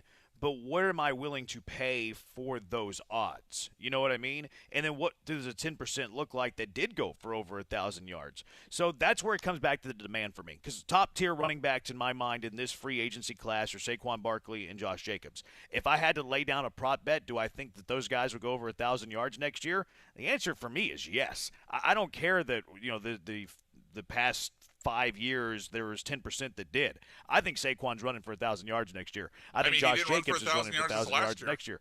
What's that? He didn't run for 1,000 yards. He had a horrible offensive line. I'm just saying, like, running back, again, more than any other position, has such a short shelf life. Even guys who we consider, I think, at least you guys consider to be young in this conversation, like Saquon or Jacobs, or at least don't consider them to be past their prime, like Derrick Henry. 26 is still old for running back. Yeah, like, Barkley ran for 962 and missed 3 games. So, like, semantics. Like, and had a horse bleep offensive line. And both Jacobs and Saquon under 1,000 yards this last Josh year. Jacobs ran for 1,600 2 years ago. Like, I mean, you can play both sides of it. Right, but there's like, eventually going to be a decline, and they were both under. Even forget the actual raw total as far as rushing But this yardage, isn't about the previous years. This isn't about last year or 2 years ago. Do you think Saquon Barkley's going to run for 1,000 yards next year? I do. I mean, I guess it would depend on situation, but Sure, both guys, absolutely. Jacobs and Saquon, were both under 4 yards per carry, too. So it's not just the raw total. It's also seeing their rushing efficiency as they age decrease. When you're signing free agents, though, it's about what they're going to do in the years going forward, not the years of what they had in the past. So, like, you as a general manager have to evaluate. And, look, the numbers here matter. Like, it's probability. I'm not dismissing the numbers. The numbers absolutely matter.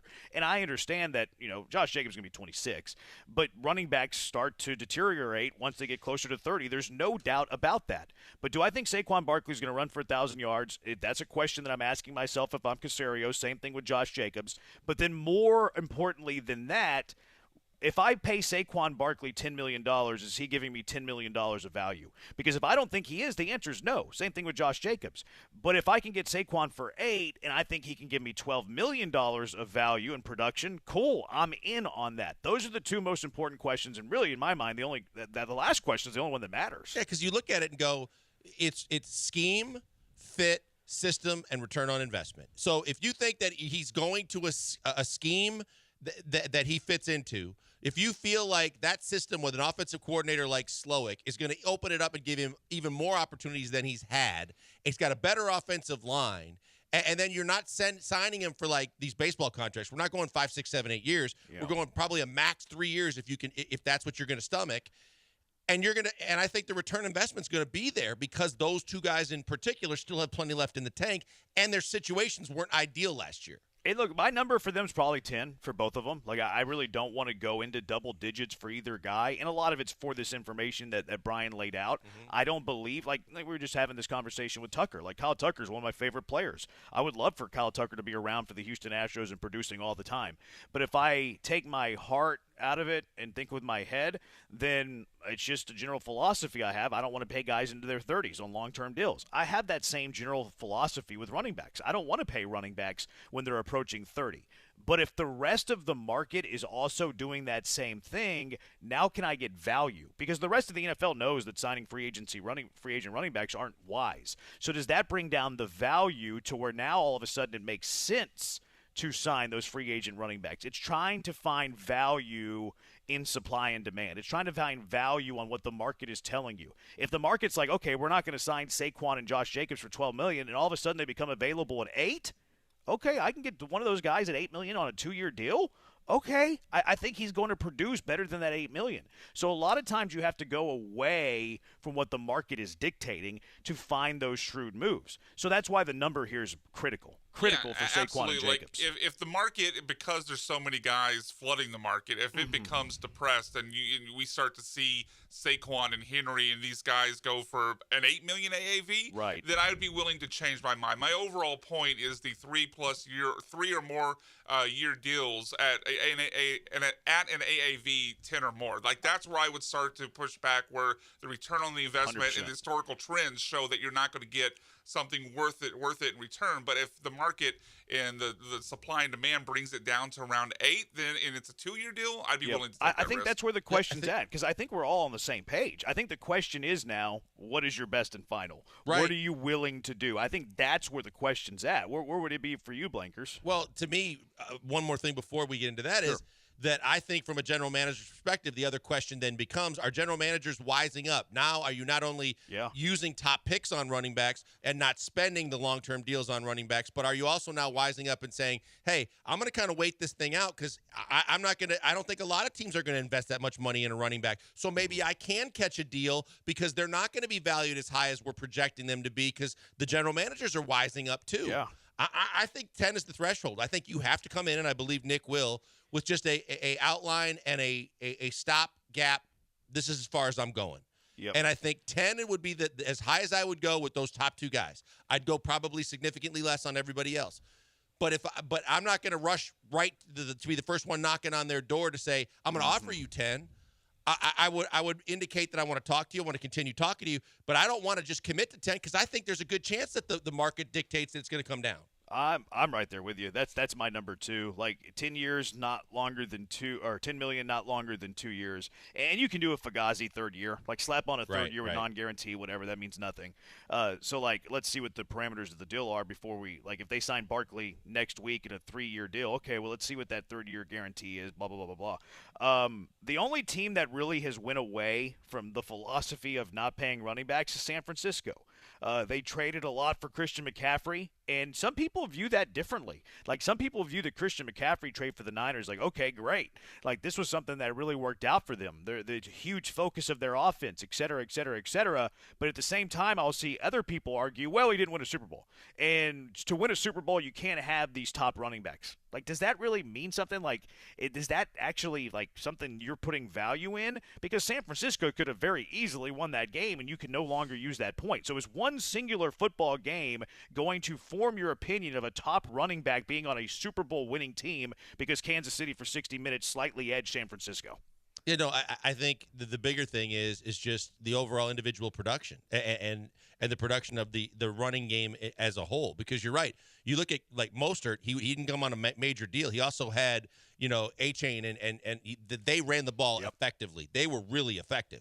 I think that if you can get a situation like we talked about with a two-headed monster with 2 different guys that can be called on depending on who you're playing and how you're playing, that can get you the overall production from your running game, then mission accomplished. And I'm with you. I believe that Saquon's going to rush for 1,000 yards. I think Josh Jacobs is going to rush for 1,000 yards unless they get some less than team with poor offensive line play or quarterback play that overspends and doesn't think about the fit.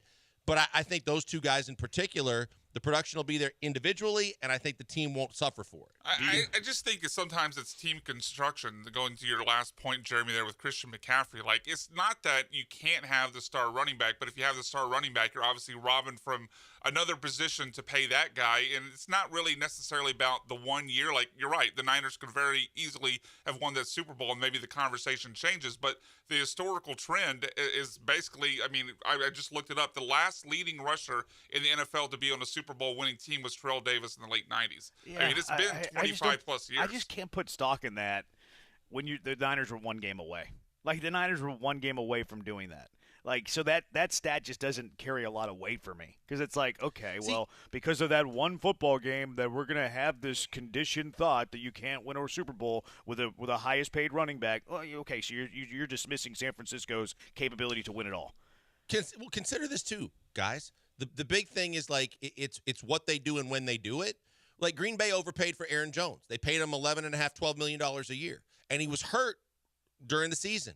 But Green Bay doesn't go as far and have the chance to be in the game and beat leading San Francisco 3 quarters in to that playoff game after beating Dallas, if not Aaron Jones. Aaron Jones ran his ass off for both of those games, and he was everything and more that any team would have taken and signed up for. They didn't win the Super Bowl, but I don't think they beat Dallas or beat or be in the game with San Francisco without Aaron Jones.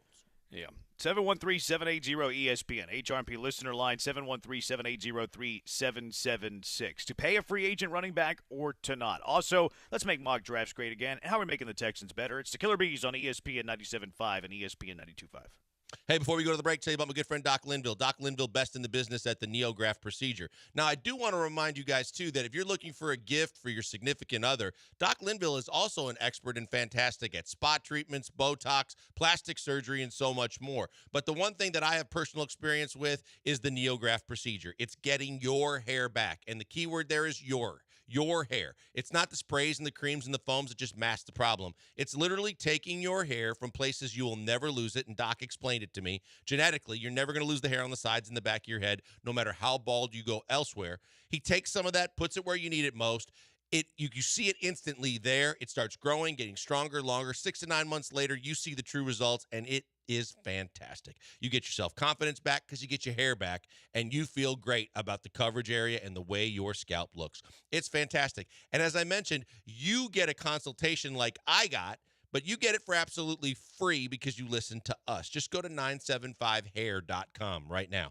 Get the information. Sign up for a consultation. No money out of pocket, no commitment from you, just answers to your questions to see if you might be the next in line for the NeoGraft procedure. I did it. I couldn't be happier with the results. It was painless. I loved every minute of it. And when I saw the results, I was ecstatic. You can be too. Check out 975hair.com.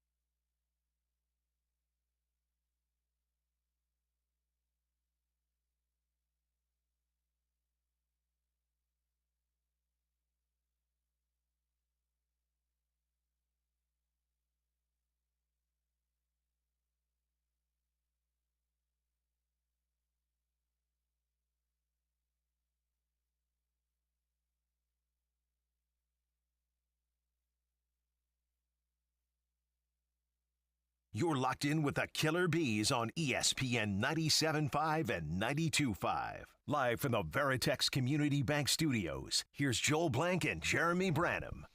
713-780-ESPN, HRP listener line. He's Blank, I'm Branham. Let's make mock drafts great again. Yesterday, all of you had the option between Laiatu Lato, Troy Fautanu, Cooper DeJean, and Chop Robinson. Who did you guys pick? I went with Chop. Yeah, we both went with Chop. Both went with Chop. I like Latou. He intrigues me. I would have went either he or Chop. Well, the logic I had was between the two playing a similar position. One guy has injury concerns, the other guy doesn't, and Chop was impressive at the combine as well. So and he looks healthy, so I went with him. Yeah, that's cool. Today we're using the CBS mock of Josh Edwards. Oh, by the way, the pollsters yesterday, they chose Chop too. He won 38% of the vote.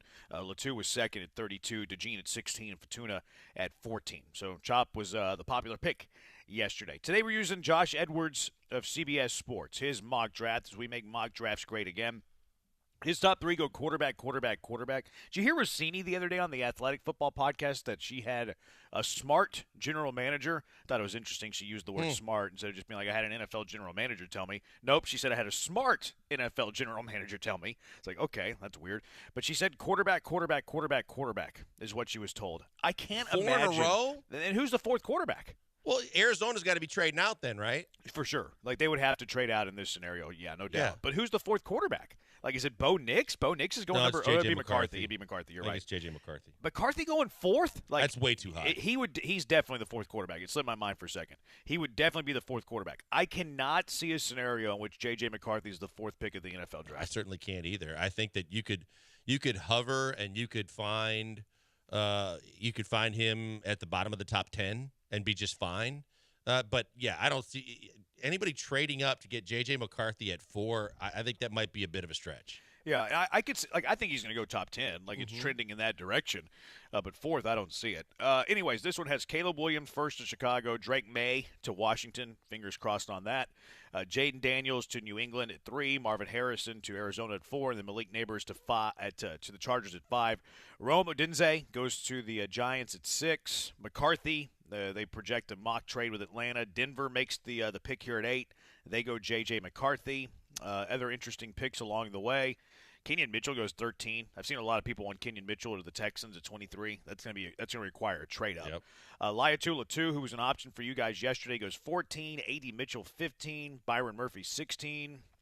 Brock Bowers slips to 21. Ooh.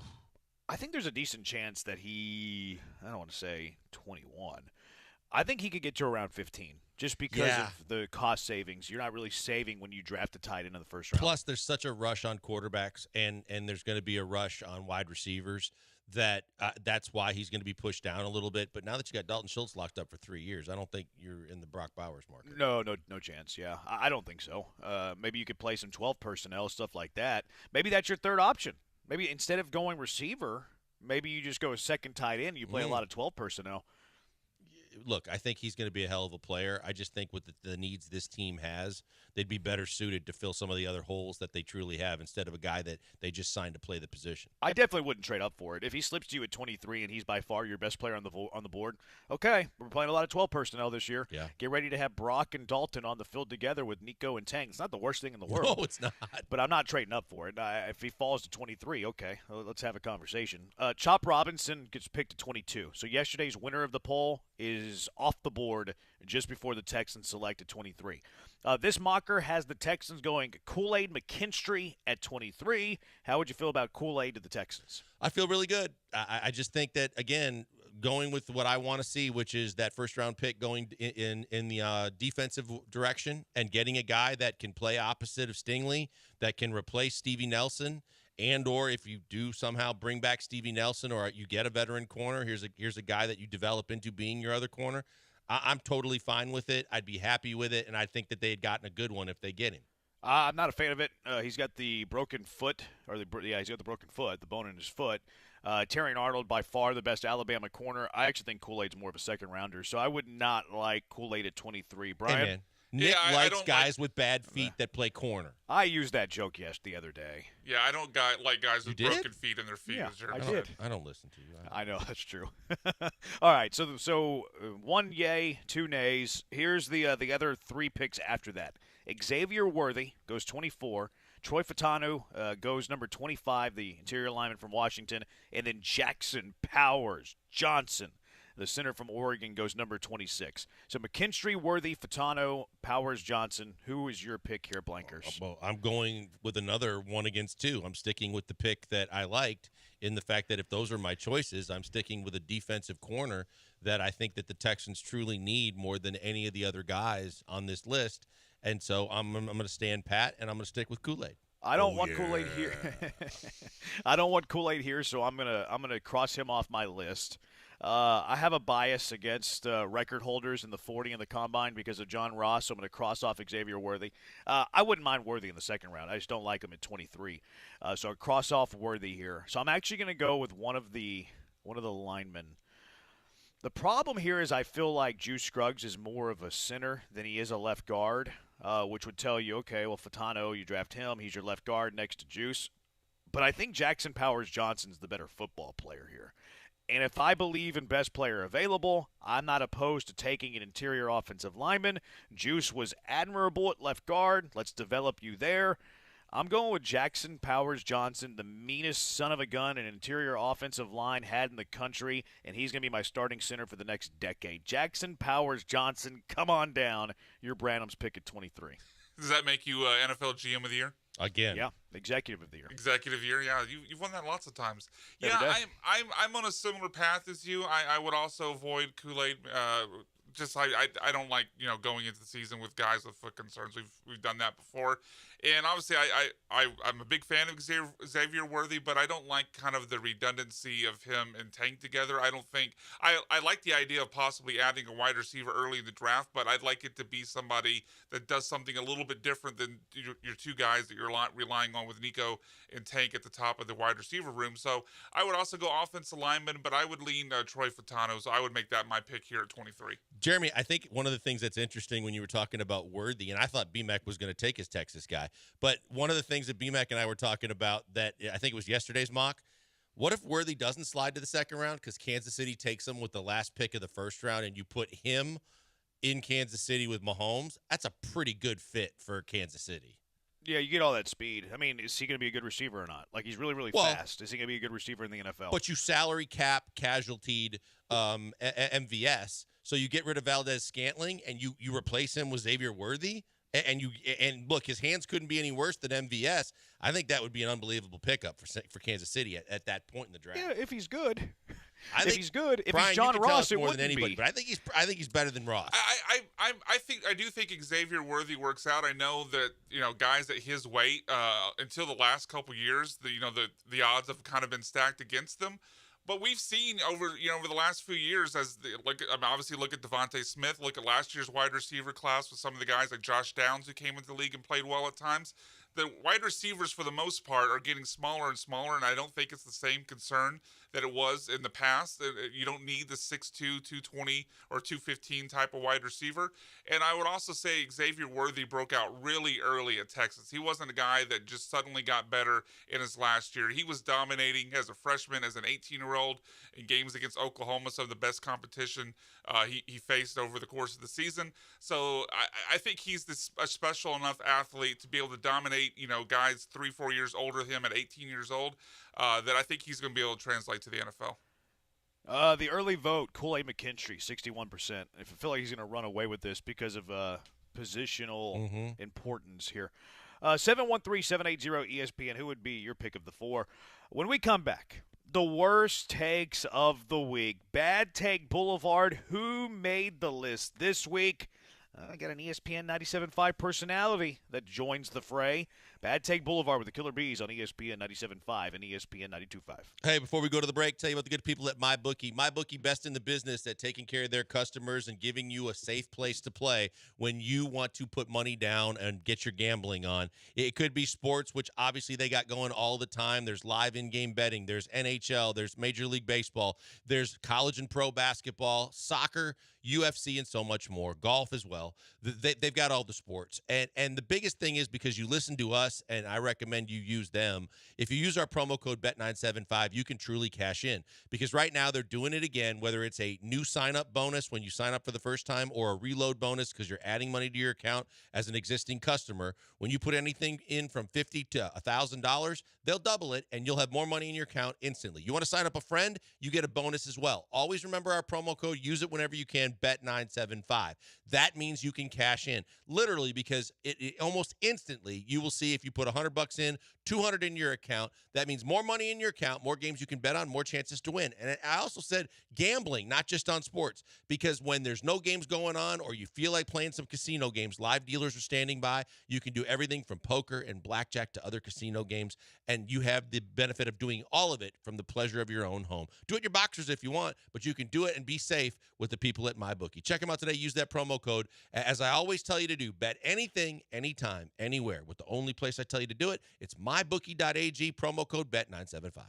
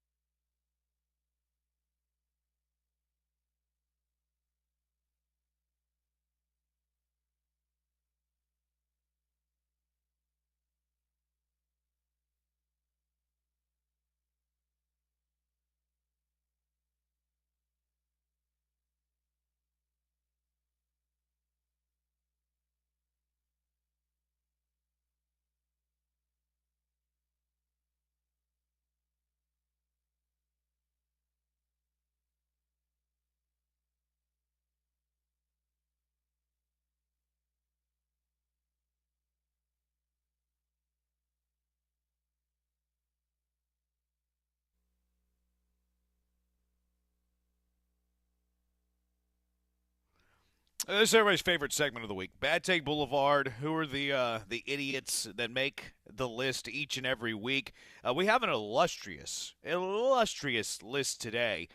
This one from the NBA. Here's why Gilbert Arenas, Agent Zero, he's made a lot of questionable decisions in his life.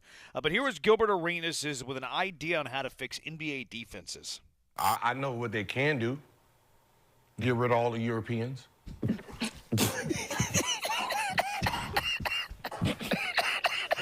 What? You go to college to learn defense. Yeah. What college do Europeans go to? I'm with you. No, I didn't say Right? get rid They of don't them go to altogether college because of special talent. whatsoever. They have no athleticism, right? They have no speed, no jumping ability. They are a liability on defense. There's 150 Euros in the league today. Name the top 10 defenders. Rudy Gobert and Greek the Freak. Other than that, they're just offensive players. They're not defensive players, right? Those two are like the best defenders, though. Go Burr. And this should be on the bracket. It's so bad. It's funny. So I'm here for the entertainment of this because it is funny. And I like takes to be entertaining. I don't need them to be right or wrong. But it's a bad one. It's certainly a bad one. So Gilbert Arenas, awful. You make the list. You just made the list. There's a lot of Europeans that go to colleges now, too, by the way. Yeah. Take a look at Kansas. Take a look at Arizona.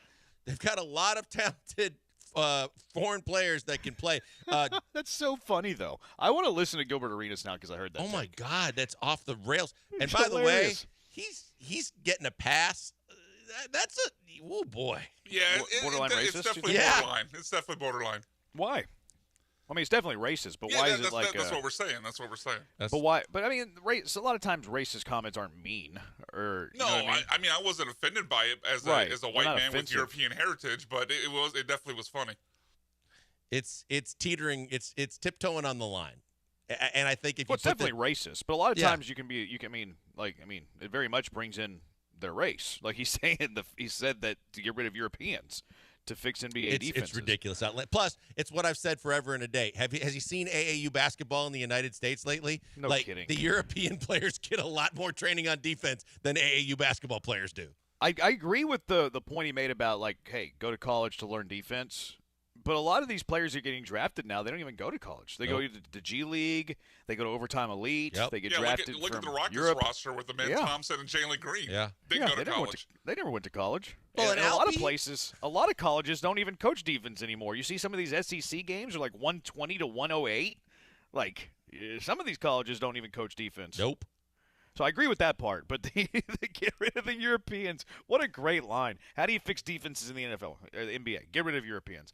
The next one comes from an ESPN 97.5 personality. I won't tell you the name, listener. Guess it real quick. And here was the tag talking about the Los Angeles Lakers franchise.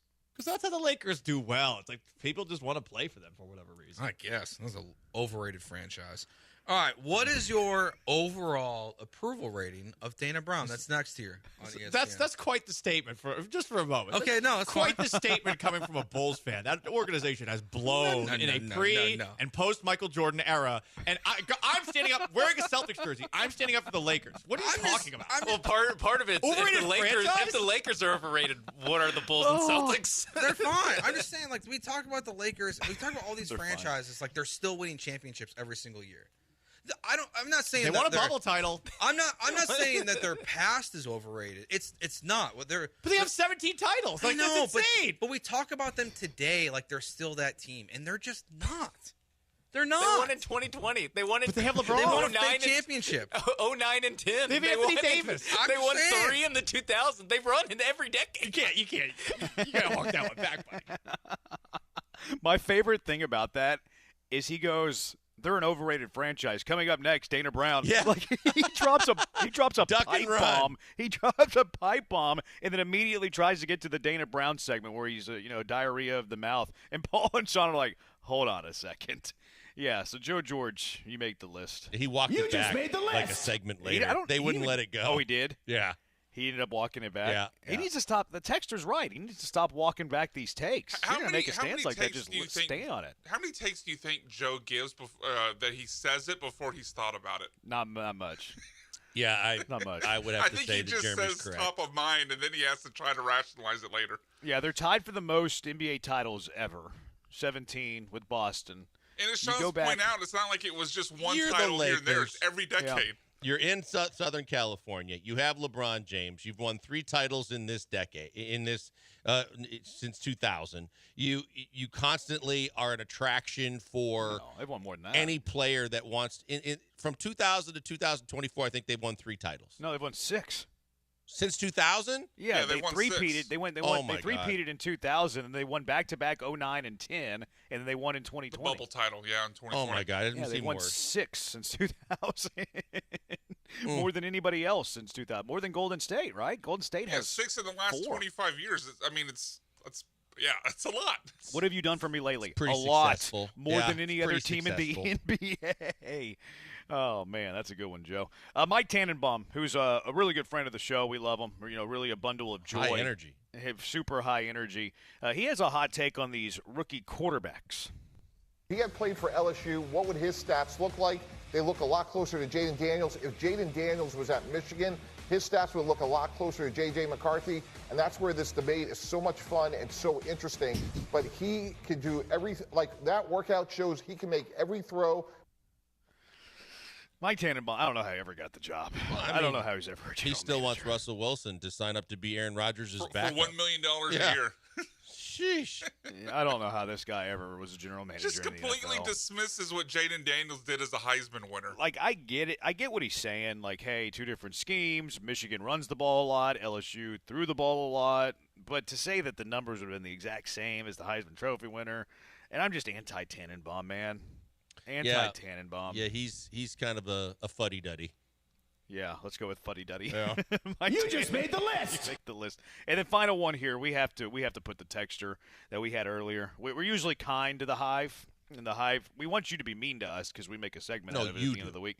But we had a texter earlier asking us, would you trade C.J. Stroud for Justin Jefferson and then pick up Russell Wilson. I wanted to say Russell Westbrook for whatever reason. Russell Wilson as a quarterback. So Stroud for Justin Jefferson and then sign Russell Wilson as your QB. Sorry, Texter, but you're not trading the best rookie quarterback we've seen in quite some time. Rookie contract. I love Justin Jefferson as a player, but you're not trading a franchise quarterback for a franchise wide receiver. Are we putting our boy Pena on there too? For the J.J. Watt thing? Yeah. We can throw him on there. In their prime, and J.J. Watt's not good enough? Yeah, J.J. Watt just wasn't good enough in his prime. Sheesh. To be the pick. So, Pena, we love you, man. But we don't discriminate on Bad Take Boulevard. I put my mother on the list. I put my wife on the list. I put my son on the list. We put the blind guy on the list. We don't discriminate. We think. We don't discriminate Legally on Bad Take blind. Boulevard. Yeah. I mean, I guess, he called. But we don't know. We do know he can hear. Yes. We do know he can hear. Yep. We think he can't see. But he dialed. He died? He dialed. He dialed the phone. Well, phones have Braille. Okay. For the blind. We just don't know. We didn't have any verification that he was completely blind or legally blind. We should roll by his house, see if he sees us. Let me know how that goes. Cougars win a championship in the Big 12 in year one. What does this stack up to as some great accomplishments in recent history in this city? 713-780-ESPN HRP listener line, 713-780-3776. Killer Bees, ESPN 97.5, ESPN 92.5.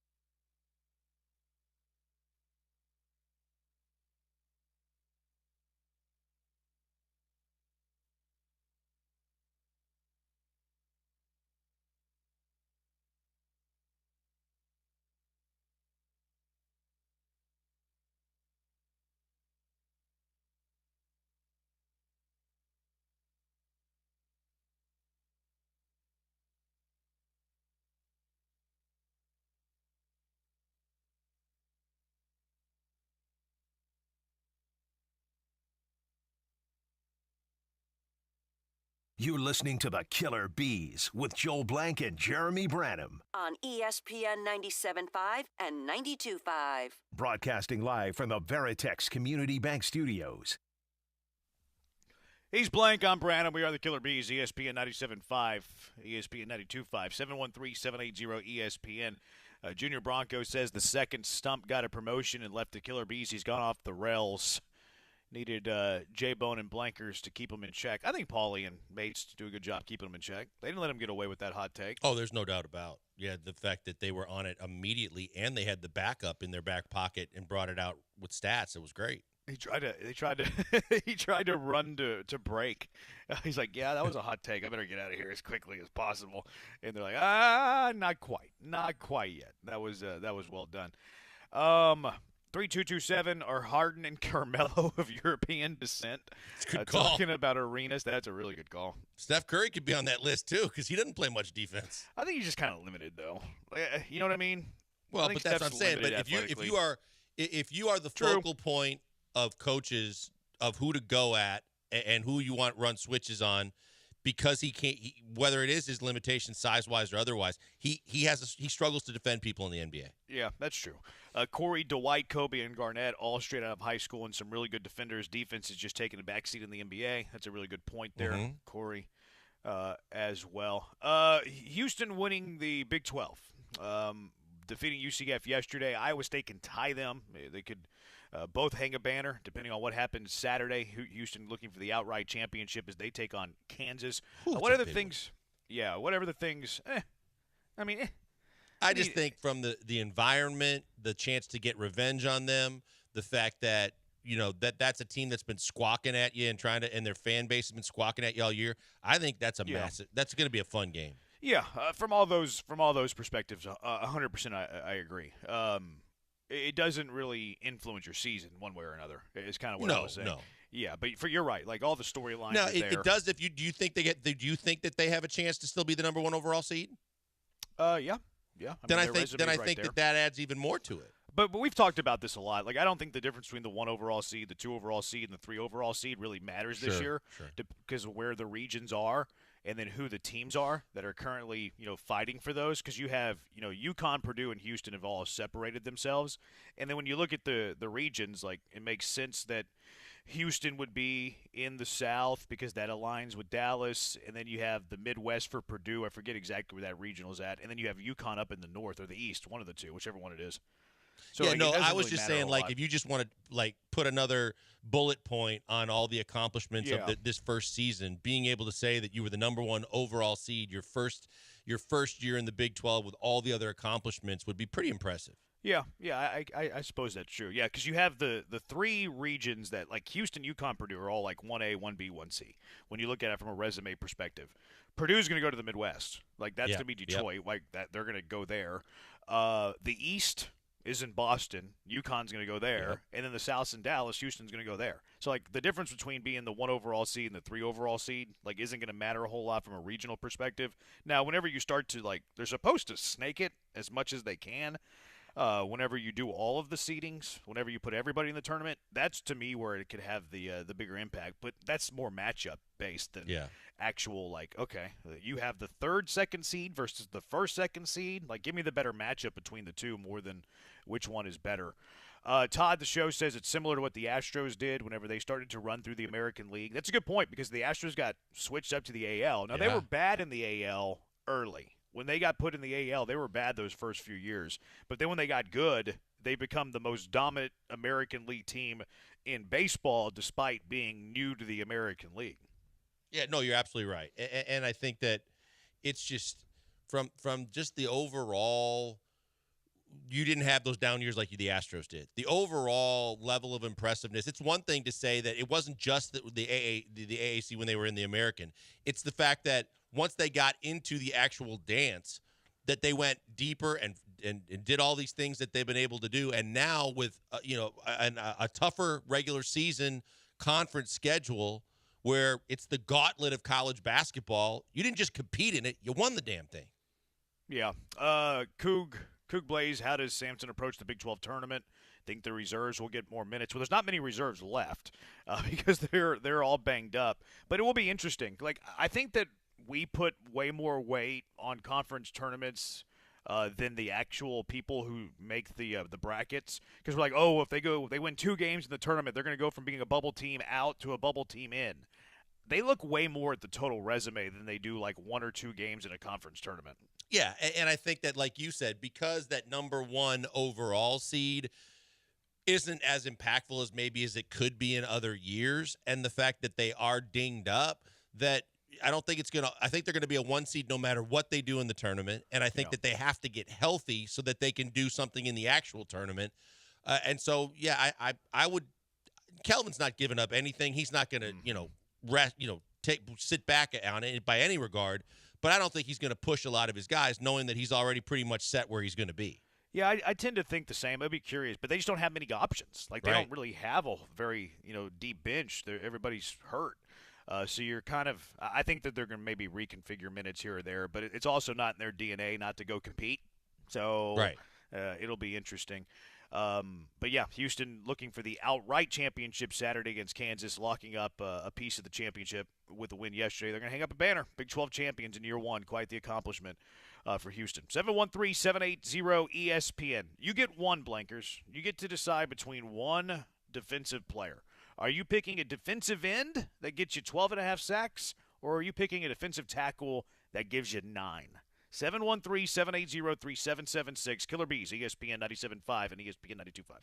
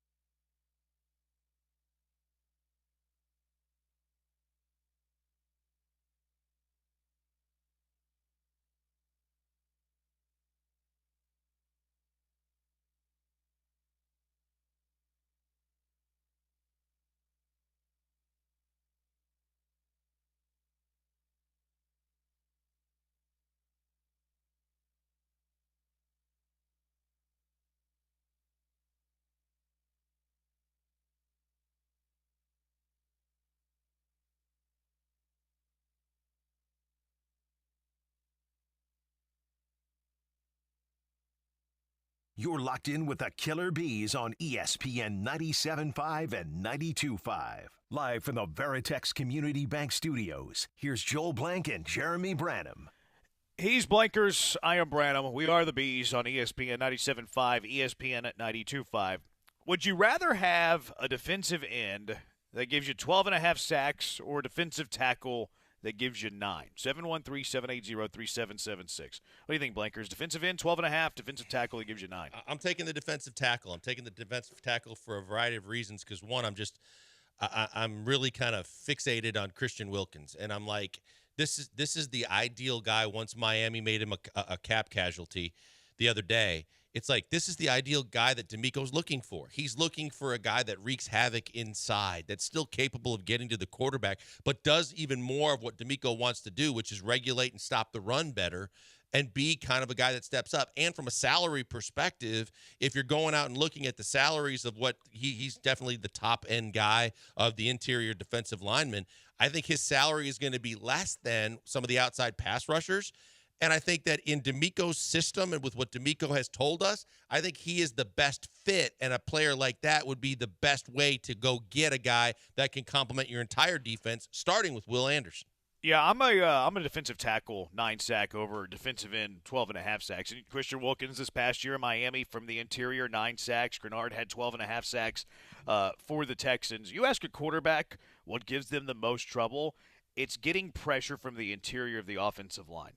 Also, the secondary point to this is where can you find, like if you're picking the 9 sack defensive tackle over the 12.5 sack defensive end, the next guy up for the defensive end position still probably going to rack up a few sacks. Might not be 12.5, maybe it's 7, maybe it's 8. But if you pick the 12.5 sack defensive end, where are you getting 9 sacks from a defensive tackle? Like the next guy up is going to have 2. So it's easier to replace, in my mind, that defensive end that gives you the 12.5 than a defensive tackle that gives you 9. And that's where the conversation's at. It's between Grenard. Now, Christian Wilkins is not somebody who has racked up a bunch of sacks in his career. The most sacks he had in a single season before last year with 9 was 4.5 in 2021. So, but he was also playing end back then. Plus, so he's kind of new to the position. He's only been in the position for a few years, new defense, et cetera, et cetera. Plus, the players around you matter and the system. And I think this is the perfect system for him to continue to flourish because of what D'Amico's done and what D'Amico wants to do. I think he'd be great. I just think that the fact that, you look at Matabuke from Baltimore as well, and he got tagged, but you can see that there's an added value now in those interior defensive linemen that can still get to the quarterback. Yeah. And I think that he would be an ideal fit for this defense.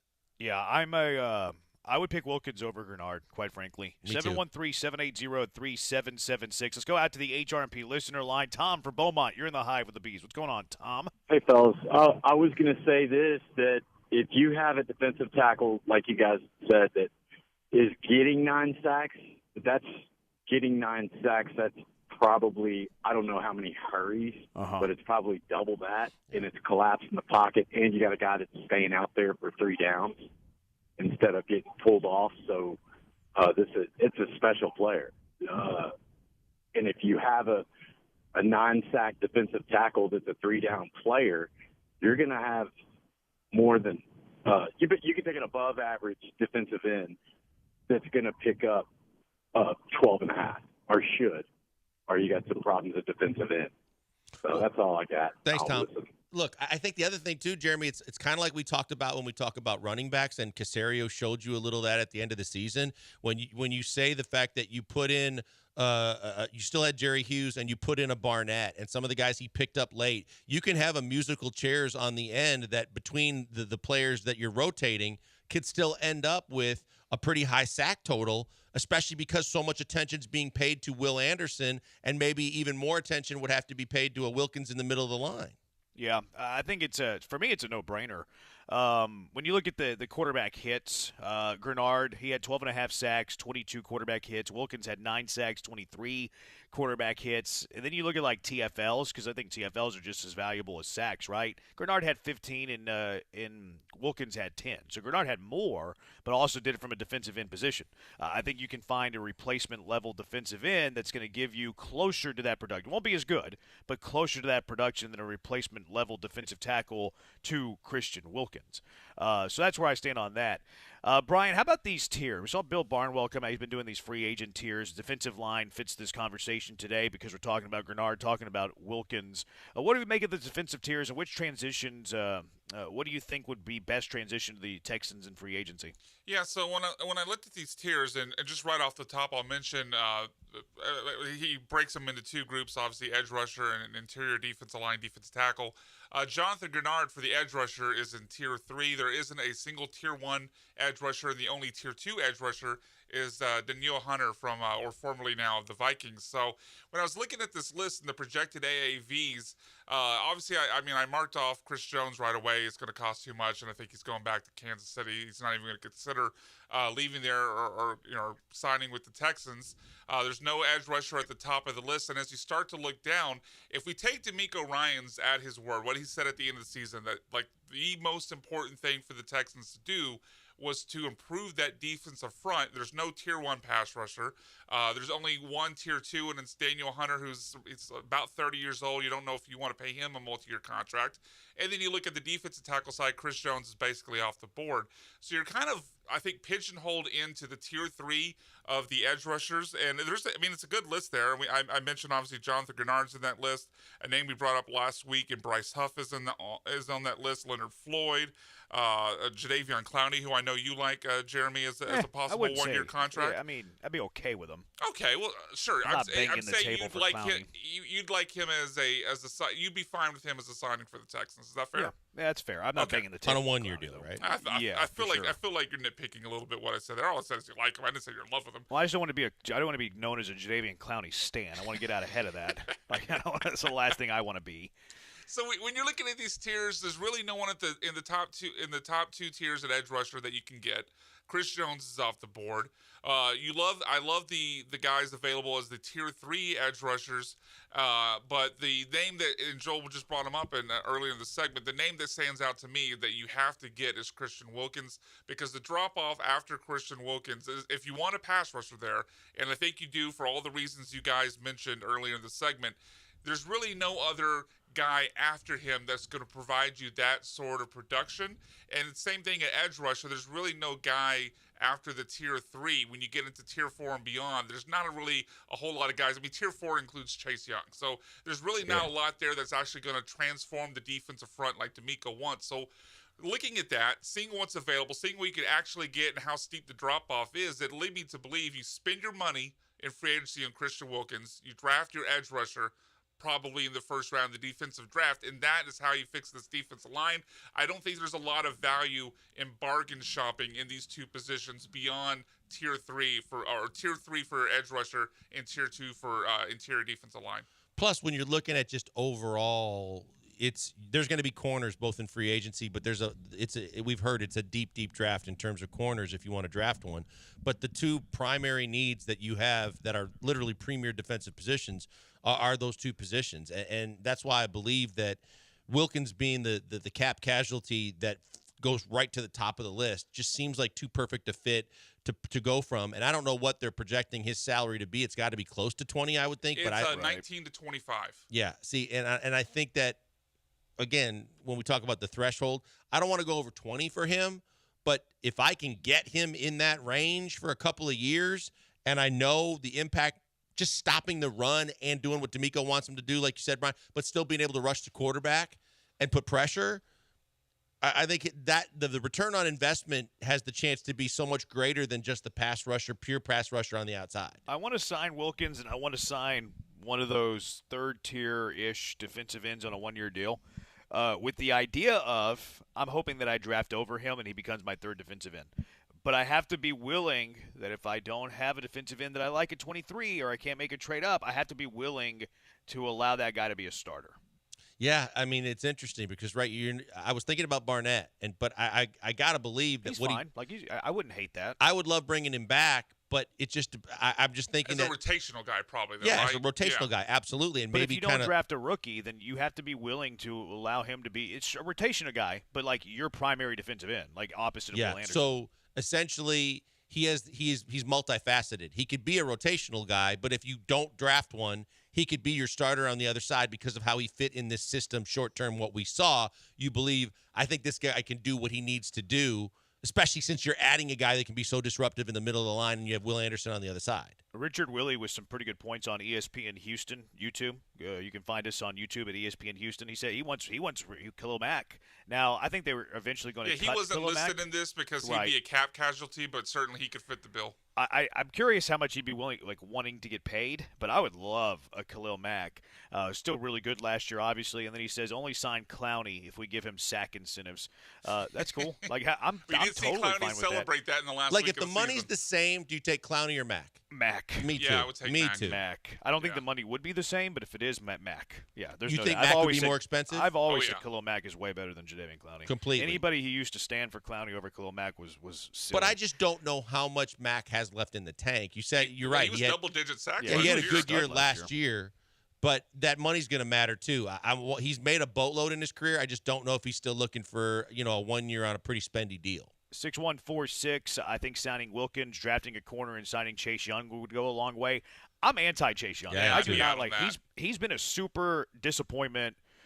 Really, I mean, outside of his rookie year, his entire career. And his rookie year wasn't even all that fantastic. It was good for a rookie. It wasn't great relative to the best defensive ends in the NFL. And then he's been nothing since. Yeah, just look at where the value is, and like we've talked to so many people who've talked about, Matt Miller told us on Tuesday that the drop off for edge rushers after round one is pretty steep, whereas corners, has some depth. So I don't if you.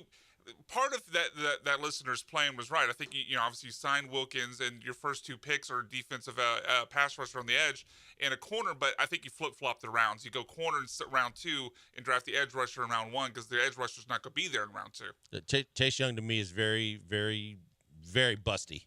He's a bust for sure. Yeah, he just. If you couldn't flourish in that San Francisco system with Bosa on the other side and the defensive players that they have, and you couldn't stand out, and and there was questions of whether you were giving your all on every play for a team that ended up in almost winning the Super Bowl. I just don't know where he's going to play better. Hell, you couldn't stand out in Washington when their entire defensive line was all first-round Yeah, picks. they were. It wasn't like he didn't have help alongside him in Washington. Yep. Yeah, not a fan of Chase. 4683. If the defense tackle can also stop the run, I would go with upgrading that spot. 3338. I think I would like to tackle if they get that many sacks. They're probably really disruptive. I like disruption from the interior offensive line. Wreck the quarterback. Maybe put a bounty out for him. 713. But he can stop the run too. ESPN. He's really good. Yeah. He's above average stopping the run, and that's what they need. Yeah, I think he was responding more to the the defensive tackle with 9 sacks, defensive end with 12.5. 713-780 ESPN. Texans signed Dalton Schultz. We know that. But does the Dalton Schultz deal change how you feel about the Texans' handling of a running back? Does it change how you handle Robert Woods? I'll explain. It's the Killer Bees on ESPN 97.5 and ESPN 92.5.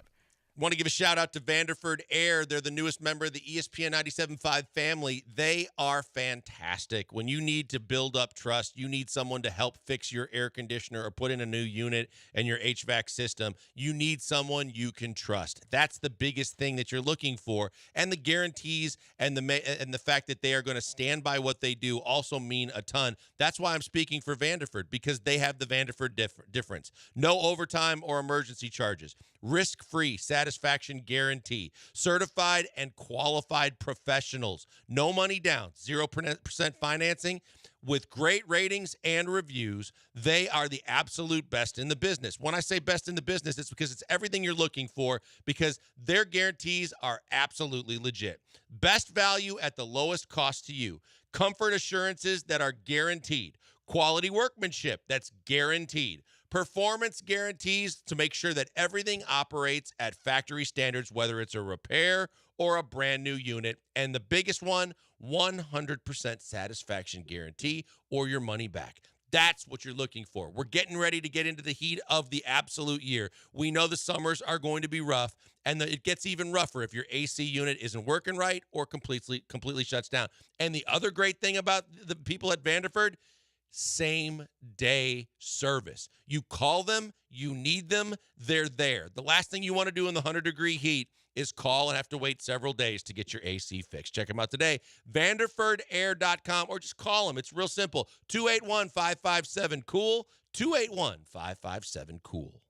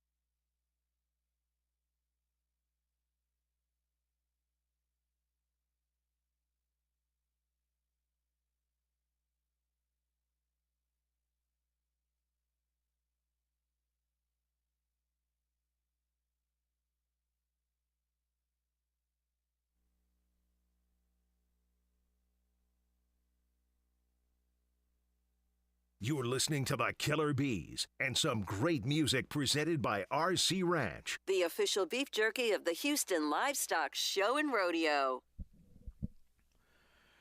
He's the song of Luke Bryan. Such are tones of Luke Bryan. Banger after banger. Great songwriter. I think he wrote the song for you, Blankers. I noticed he gave you the greeting at the start of the song. That was my joke. I just said that. He wrote the song for you because of the greeting. Because he could have my written joke it, again. but you weren't referring. That's the whole song. You're like Carlos Mencia stealing all my jokes. Okay, Barry. You did. You stole my joke. Okay. Yeah. So I Luke just think Bryan. I described it better. I don't know. It's not the whole song because what's the name of the song? I don't know the name of the song. Well, there you go. I'm a big Country fan of- Girl. Oh. Yeah. There you go. He wrote the song for you, as I said. Yeah, but you didn't know the name of the song. That takes everything out of the joke. I knew it was about a girl. He said, "Hey, girl." I just said he started the show. The start I know. of the song After I directed said that, at we you. made the same joke. I made it first. You made it second. Woo. Second time you stole one of my jokes today. I have, I like his I don't know if do-I I can song. do the final 30 minutes. His Buy Dirt song is pretty good. I know that I can't. Oh, then I'm in. Dalton Schultz signed a $36 million 3-year deal. I still haven't seen the how it's kind of structured for this deal. Do know that $23.5 million of it's guaranteed.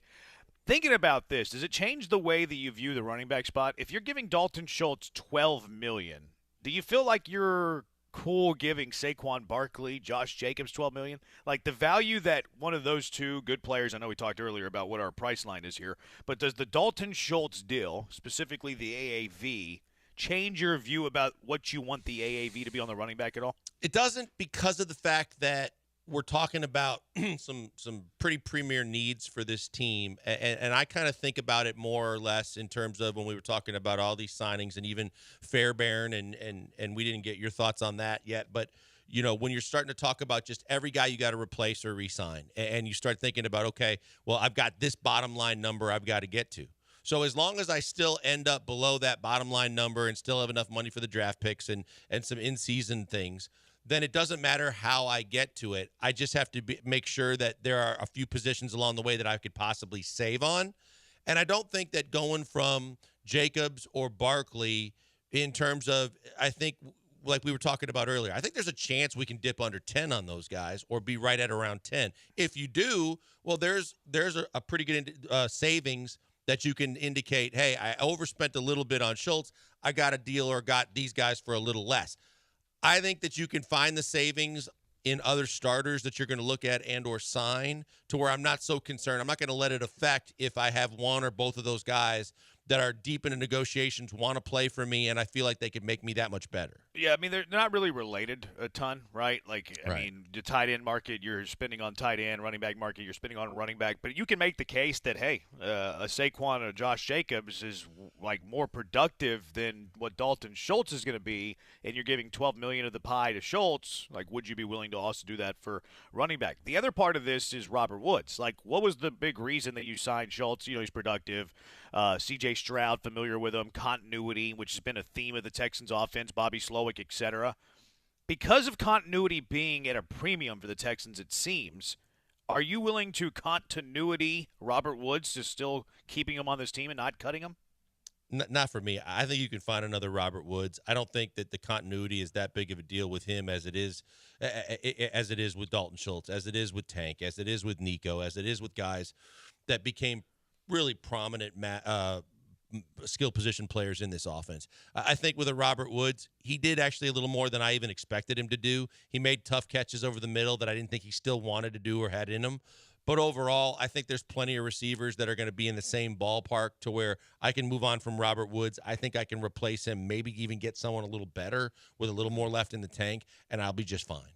Yeah, I think I would cut Woods. I'm getting the feeling that they're going to keep him, though. I think he's going to be that veteran fourth. Yeah, I think they're going to keep him, and he's going to be that veteran fourth receiver, and then they draft their third receiver instead of having – because he's already under contract, continuity. They liked his leadership. I ultimately think they're going to keep him. Yeah. Man, I just don't. I think that's one where, again, like what we were just talking about, like whether you get it back by getting a running back at less than what you thought the market was going to dictate, or you end up with the couple guys or some of the guys you and I talked about that they could possibly cut and save. You make the savings up wherever you can. If you can make the savings up by saving 5 on Woods, that's fine for me. Yep, 713-780-ESP. I'm going to dip out final 30 minutes. The boys will take you the rest of the way. Spring training overreactions. Javier, a little good and bad today. What are your spring training overreactions? 713-780-3776. Killer Bees on ESPN 97.5 and ESPN 92.5. But on the way out, I've been telling you for what seems like years that Gentle Bin is the best. It all starts with the finest ingredients, classic time-honored distilling methods. Gentle Bin uses a revolutionary technology that eliminates impurities for the cleanest, smoothest spirits you will ever taste. You'll love what's not in Gentle Bin, including VOCs. These are volatile organic compounds. The Gentle Bin purification process takes these out, which can lead to coughing when you're drinking the other brands. You get all the flavor, none of the burn, no VOCs. Whether it's the vodka, gin, straight bourbon whiskey, or the cast strength bourbon, it's all fantastic. Next time you head to dinner, ask for it. When you go to your favorite bar, ask for Gentle Bin. Look for it at the liquor store. Whatever's on the way home, pick up a bottle today. If you're looking for plans, head to the Gentle Bin tasting room in Alvin. Gentle Bin has a little kiosk, has a bar inside of Minute Maid Park for those Astros games coming up, and they have a bar inside of the Toyota Center, too, for the Rockets games that are still going on. Or you can just order straight from the website. Head to gentlebin.com, learn the incredible story, the legacy that continues to this day. And also, you can order the vodka, the gin, the straight bourbon whiskey, or the cast strength bourbon straight from the website, gentlebin.com. Order now. Gentle Bin, all of the flavor, none of the burn.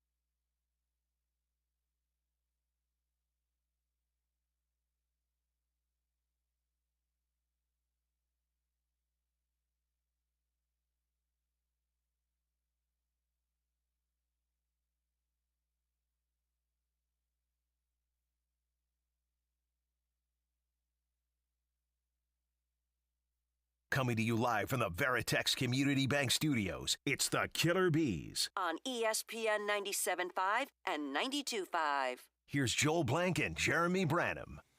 Hey, 30 minutes to go in the show. Jeremy had to duck out for some U of H commitments, but I've got BMAC with me, and we're going to take you all the way to the top of the hour with plenty to get to and talk about as we roll through the final 30 minutes. It's gotten to be old hat now after I did it yesterday to sit in the A chair and take us home, Brian. Yeah, he's starting to feel like a riding bicycle, like it's he never left. Yeah, it takes a little bit, but just a slight little adjustment to get comfortable again, and then we roll. Look, we've been talking about this a little bit, and it came to my attention that more and more people react and go over the top based on what happens in spring training with the Astros. I think that you and I were talking about this yesterday a little bit, but it's worth kind of elaborating a little bit further. Javier pitched well today. He had a mile an hour faster on his fastball. He was throwing fairly well. In 3 innings, he had a very effective outing. Now, he got hit with 2 home runs because 2 guys hit 2 fastballs that are real good Major League Baseball hitters, okay? But now people are starting to, the worry warts, and they're starting to worry, and they're starting to point fingers. And is Javier going to be okay? Is he going to be the same guy he was a year ago? Is this going to be a problem? People relax. Like, this is just still early enough in spring training. Guys are working on pitches. You and I talked about yesterday, and I said, if his velocity is better than it was last year, that should trump everything that you're worried about because he gave up 2 bombs. Yeah, the only stat I really care about for Javier during spring training is the radar gun. That's the only real stat I care about. And so, yeah, if you're telling me his fastball went up 1 mile per hour, then yeah, I'm good. And almost everything else doesn't matter. And yeah, you mentioned that people are concerned about the home runs, but it was a 3-inning game. Like, who's to say if this is a regular season game, he doesn't end up going 6 and giving up only those 2, and then his outing looks great. He's got a quality start. And not to mention, he struck out 6 today. Yeah. So obviously the stuff is working. And you didn't see the high pitch count numbers. You're not seeing the things that, are customary with Javier. And we talk about this all the time. Like, you look at the Yankees from a pitching perspective, a starting pitchers only. Rodon, in his last 2 outings, his fastball is down 1.5 miles to 2 miles an hour or more. He's given up 6 bombs in 2 appearances. That's something you can be concerned about, right? That would concern me. Now you're getting hit hard. Your fastball velocity is down, and there's plenty of things to red flag. But we talk about the fact that the guys that have to perform in spring training are the guys trying to find roster spots. The middle of your bullpen guys, the guys that we've already seen kind of blow up when we were expecting things like a Souza, like a Coleman. These are the guys you were hoping as veterans were going to step in, and they were being watched with a microscope. Whereas with your starting pitchers, Hunter Brown's working on an off-speed curveball to go with the fastball slider combination.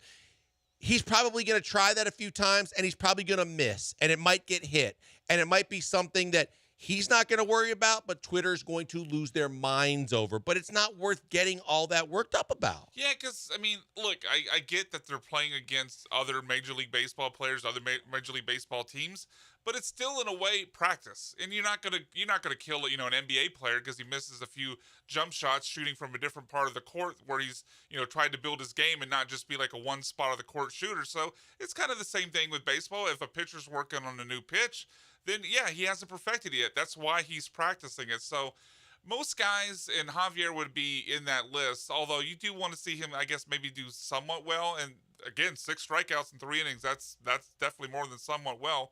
But most guys on this team, how many people on this team right now would you even be concerned about with spring training numbers? Because, the vast majority of the roster, other than your middle and long relief options, those roster spots are already locked up. So it's not like this is a bunch of guys or a team filled with a bunch of unproven guys where you're looking to see if they can do something. Almost everybody in this lineup is a proven veteran. So, there's really not a whole lot to get concerned about. When you look at it, you see it a lot on Twitter again because of the 24-second reaction cycle. Everybody immediately, no matter what they do, and especially the theme since the start of spring training has been the offense is going to be terrible. They look awful. They can't do anything Is that just right. PTSD from last year? I think part of it is because of the fact that the offense wasn't quite what you were hoping it would be, because Abreu was down for most of the year, because of the fact that people were scrutinizing and over-scrutinizing Pena. Altuve was out a good portion of the season. Yordan had some injury time. You look at it and you say, now they couple that with the start of spring training going, they expect this team, just like we're talking about, there's no WBC from a hitter's perspective. With guys that were going to play in the WBC, they were ramping up earlier. They were hitting live pitching quicker. They were working on their timing a lot more. These guys are playing golf and getting comfortable and relaxed right now, and there's no need to press for them, and there's no need to press for the fan base, because they're going to be fine. Like you said, Altuve missed all that time last year, didn't miss a beat when he came back, and it just was raking. Like, the biggest thing that you need to be worried about with this team offensively isn't what their averages are right now in spring training. It's injuries. As long as they stay away from being injured, even if Jake isn't the guy, you have two guys capable of playing center field to where you're still going to be just fine and probably be better than you were a year ago, because Maldi sucked. Yeah, and look, there's really only, to take it a step further, there's really only two guys I would even bother to check the box score for in this lineup. And that's the two guys at the very end, which already tells you it's not much of a concern, because it's the guys hitting 8 and 9 in whatever order they put Jake Myers and Jeremy Pena. Now, one of them is hitting really well. Jake Myers is hitting over 300. What does it mean? Who knows? We'll find out when the regular season starts. But I think it is worth just kind of doing a temperature check every once in a while to see how he's performing, to see if that bat is starting to come back from what we saw when he was a rookie in 2021. Jeremy Pena, on the other hand, he's hitting 231. It's a little bit low, but last year he hit, high 250s. It's not this some catastrophic number. He's not hitting, a buck 82 or something like that. So, yeah, the fact that Altuve's hitting 133, that Bregman's hitting 067, I don't care. These are guys who have been in the league for, Altuve's case, like 10 years, Bregman's case, like, I guess 7, 8 years. And they've proven they're professionals, and when the regular season starts, they'll figure it out. So, if they struggle a little bit in spring training, is it the most ideal thing ever? But it doesn't really matter. But on the flip side, like Abreu's getting hits. So yeah, are you Abreu's hitting well. So if Abreu's hitting well, now are we supposed?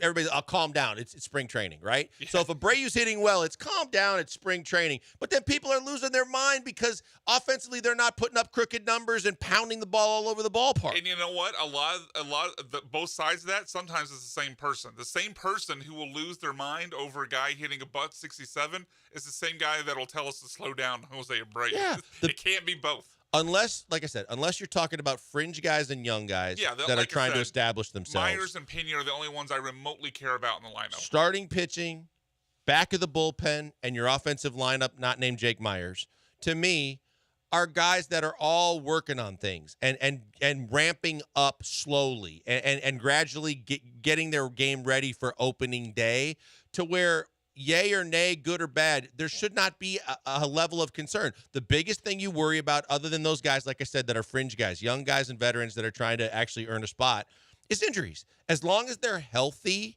and I don't think we're dealing with any guys this year like in the years past where you also go, they might be a little heavy. They might not be in game shape yet. Several of them lost weight. Right? We're talking about guys that have tightened it up, that are in good shape, that look like they're just honing in their skills. And this is a team that was basically a game away from the World Series a year ago, and everybody's back. There's nothing really to worry about.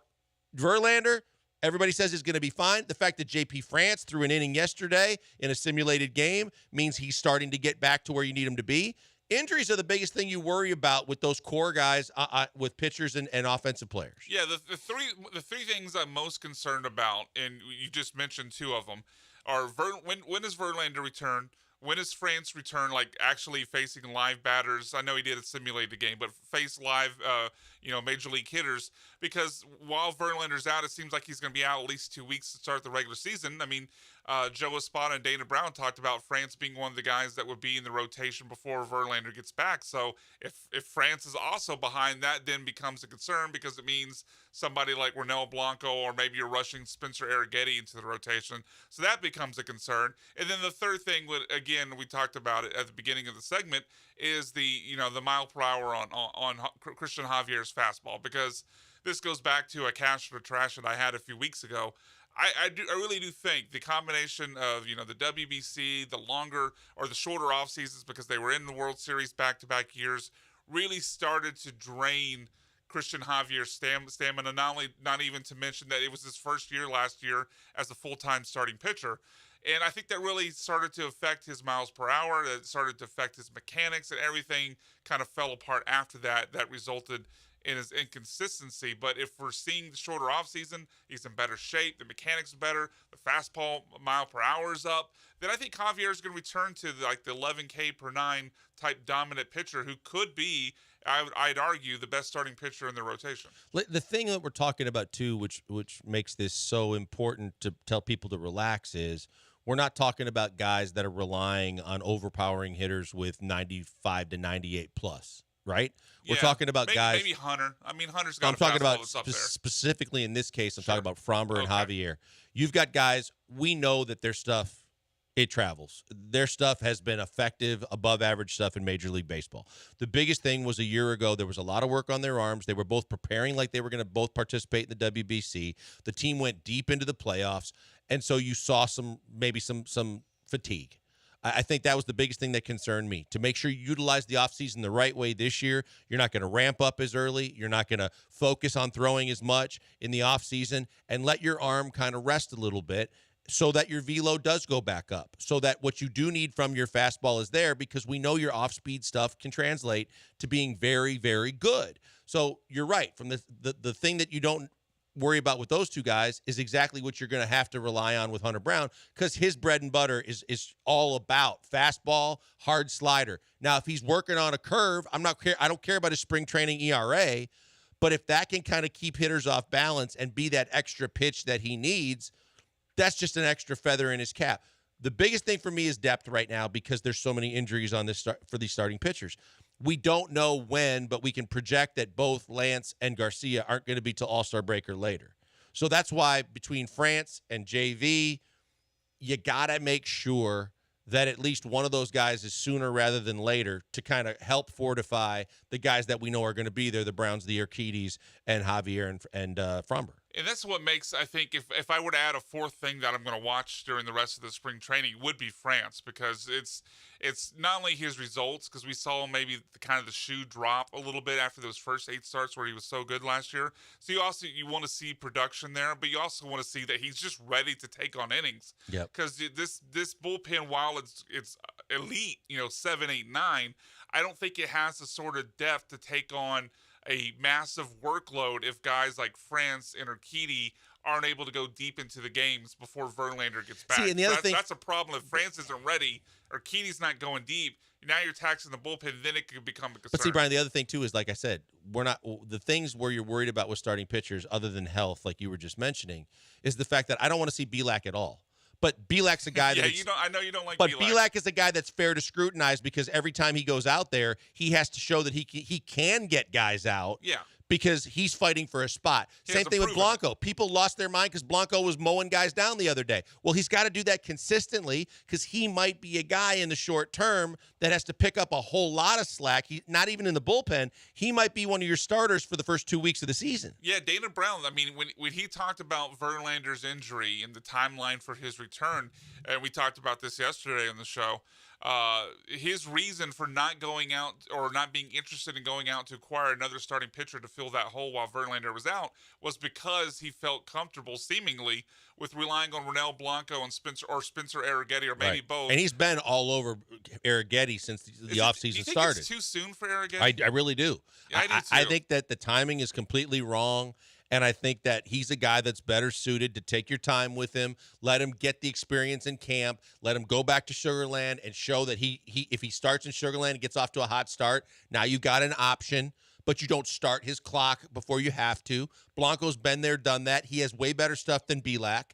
you have an option there as well. But I just think that as much as he was all over celebrating Spencer Arrighetti, it's too soon. Yeah, I would let Blanco fail before I used Arrighetti because Arrighetti, I mean, while he's obviously the Astros' top pitching prospect, and I think he's not a top 100 guy. Jacob Milton's the only top 100 guy, but he's not this sort of prospect that's been a can't-miss guy all along the way. It's kind of like J.P. France a year or so ago. Well, yeah, except for age, but I'm just saying, like, he wasn't a top 100 guy. He wasn't really a guy you factored in, and then all of a sudden he was there. Right, he's not this guy that you've seen coming and being ready for this moment now for the last 4 years because he's been that elite prospect. He kind of seemed like he first seemed to come on the radar, I think, for outside the hardcore fans, basically like last summer. That's kind of when he got elevated into a notable prospect status. So yeah, it just feels too early. I would let Urquidy, and I would let Ronel Blanco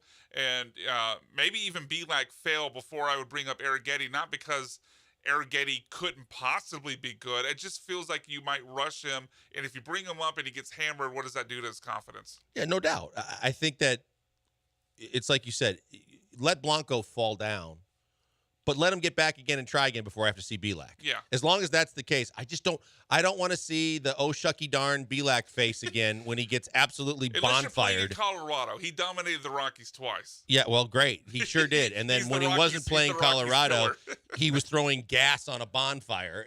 That I don't need to see again. So to me, he's like Hunter Mashinsky to me, because I'm going to continue to call him the guy. Give it the wrong name. Because I always give the wrong name because I don't want to see his name on the back of a jersey wearing an Astros uniform. Those two guys I've seen enough of. They can be full-time Space Cowboys or less, in my opinion. But I think that Blanco has the stuff to be able to be a major league pitcher. I think Blanco's a guy that could easily factor into your middle of your bullpen in this season. Yeah, and that'll be the interesting thing as we wrap up the segment to see, like, once Verlander does get back, especially if you knock on wood to get Luis Garcia and Lance McCullers back, which obviously far from a guarantee.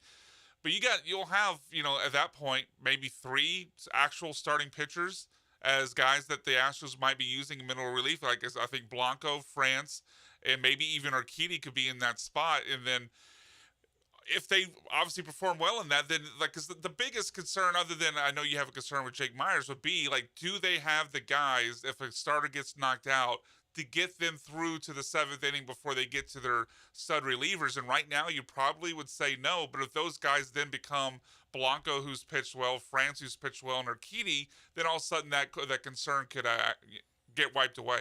Can I also just throw that wild card out there? I don't know if he filed the paperwork or not. I just have a sneaking suspicion we haven't seen the last of Michael Brantley. I think it's almost like their insurance. No, he went through a lot to get back. But I think it's almost their insurance policy without having to go look for it. I think that to the point you just made, like, if they need a left-handed bat and he doesn't have to, Roger Clemens he route? doesn't have to ramp up, he doesn't have to rush back. He's now in camp. He's getting some swings in. He's in the cages. He's there if you need him. He's also helping other guys. And then, oh, by the way, if I need him, he's right there, and he's still ramped up enough that I can get him where I need him to be. Maybe so. I could see if he's around the team every day, and I don't know if they've clearly defined, like, what his exact role or like how frequently he'll be with the team. But I could see him being around the guys every day if that is indeed his role, where he would get the itch. And look, he still performed well at times last year. He had the big home run in Cleveland, I believe, in Game 3 or Game 4 against the Guardians to get the Astros on the board before Jose Abreu tacked on. So he's still shown that he's got a good bat. I would have no doubt that if you gave him a couple weeks to get into shape, take a few hacks, that he could come out and hit at least 275. Like I said, you're just looking for a bench guy. He could be even if he is the replacement for what you were considering Singleton and Cabbage for.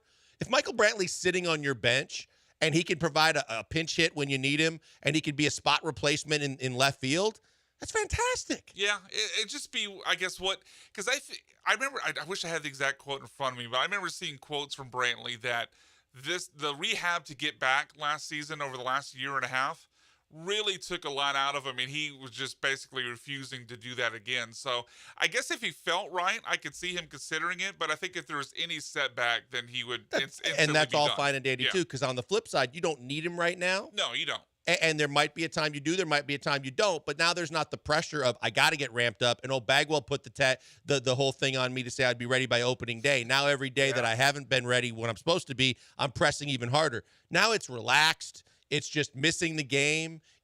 You're in camp, so why not just continue to kind of take some swings and work on some things.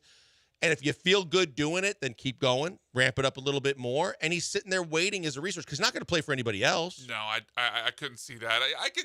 It's not. I wouldn't dismiss it as not a possibility that he couldn't go the Roger Clemens route and like return in July. It's definitely possible. All right. Well, we got one segment to go in the show. That means it's the car wreck of the day. Plenty of nominees yet again today. But if you want to make a last minute nomination, 713-780-3776, call or text the show. Get them in. You can hit us on Twitch. You can hit us on Twitter. You can hit us up on YouTube. But we have one segment to go. It's BMAC and I on the Killer Bee Show right here on ESPN 97.5, 92.5 FM.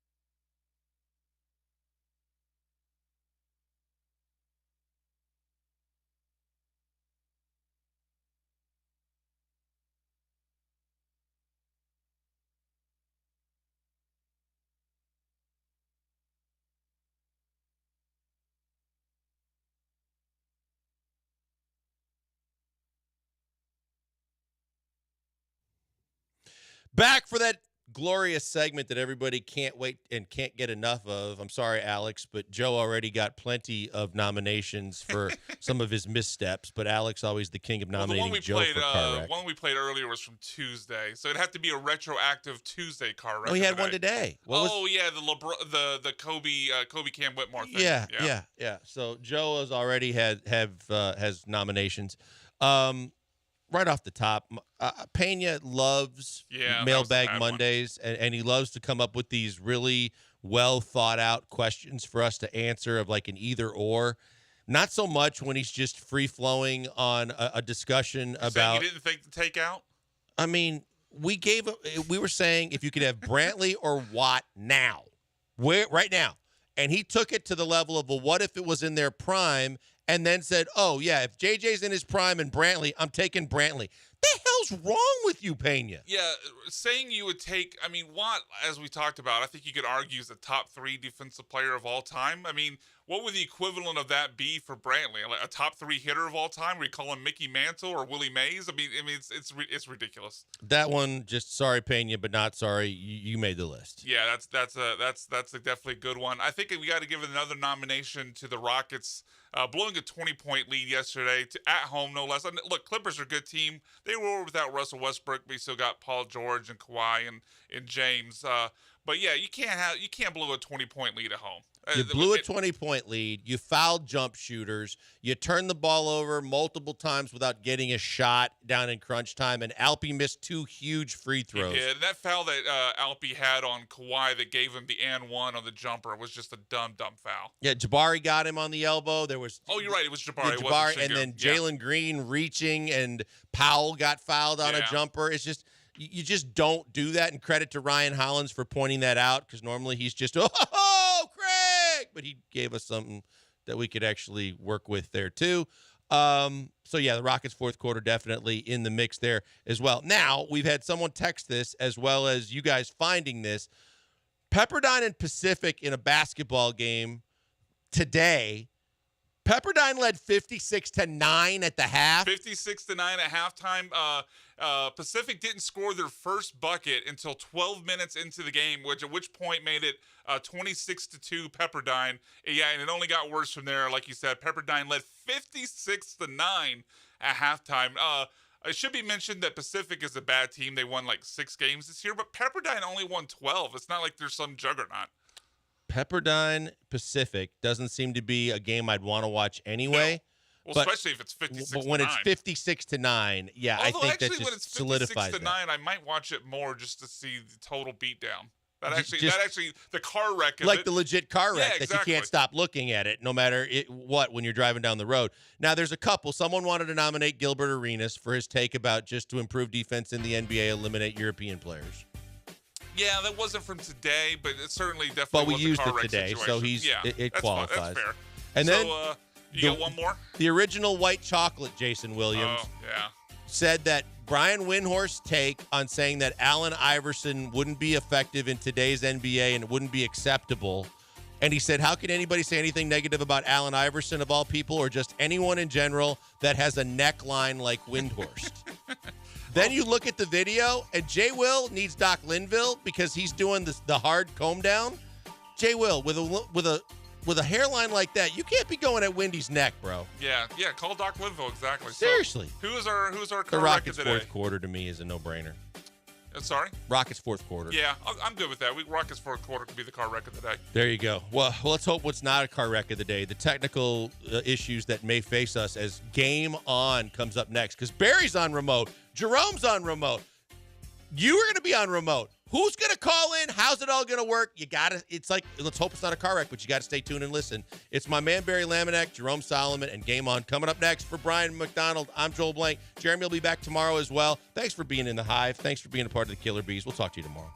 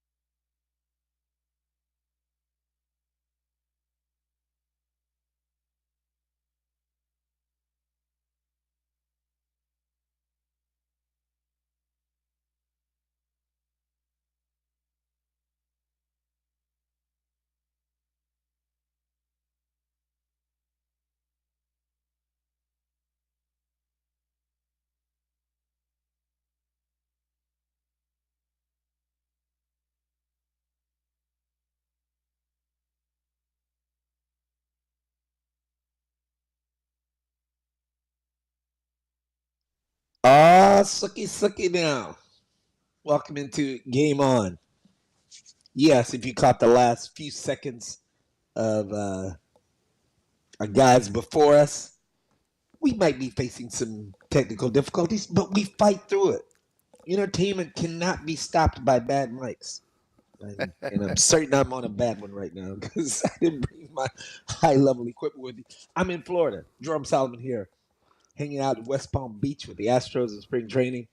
Was in Orlando last night for the number one University of Houston Cougars men's basketball squad clinching a share of the Big 12 title with a win over UCF.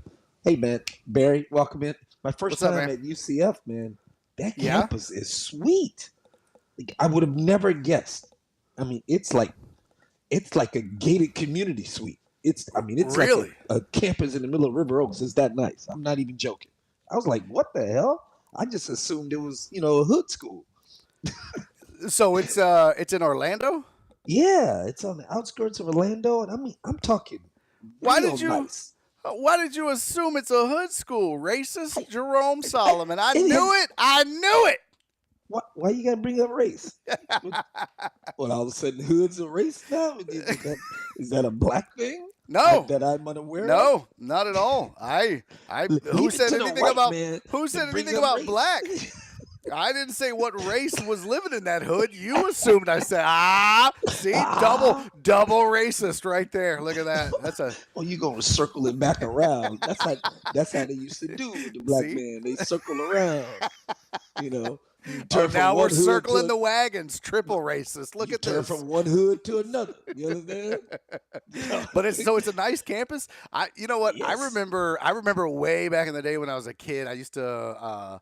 I loved running track, and I got to travel doing some track meets, and because I ended up getting to run Junior Olympics, and so doing that, got to go to different campuses. Ended up running in Provo, and along that journey, I ended up going to LSU to run track, and that was a gorgeous campus.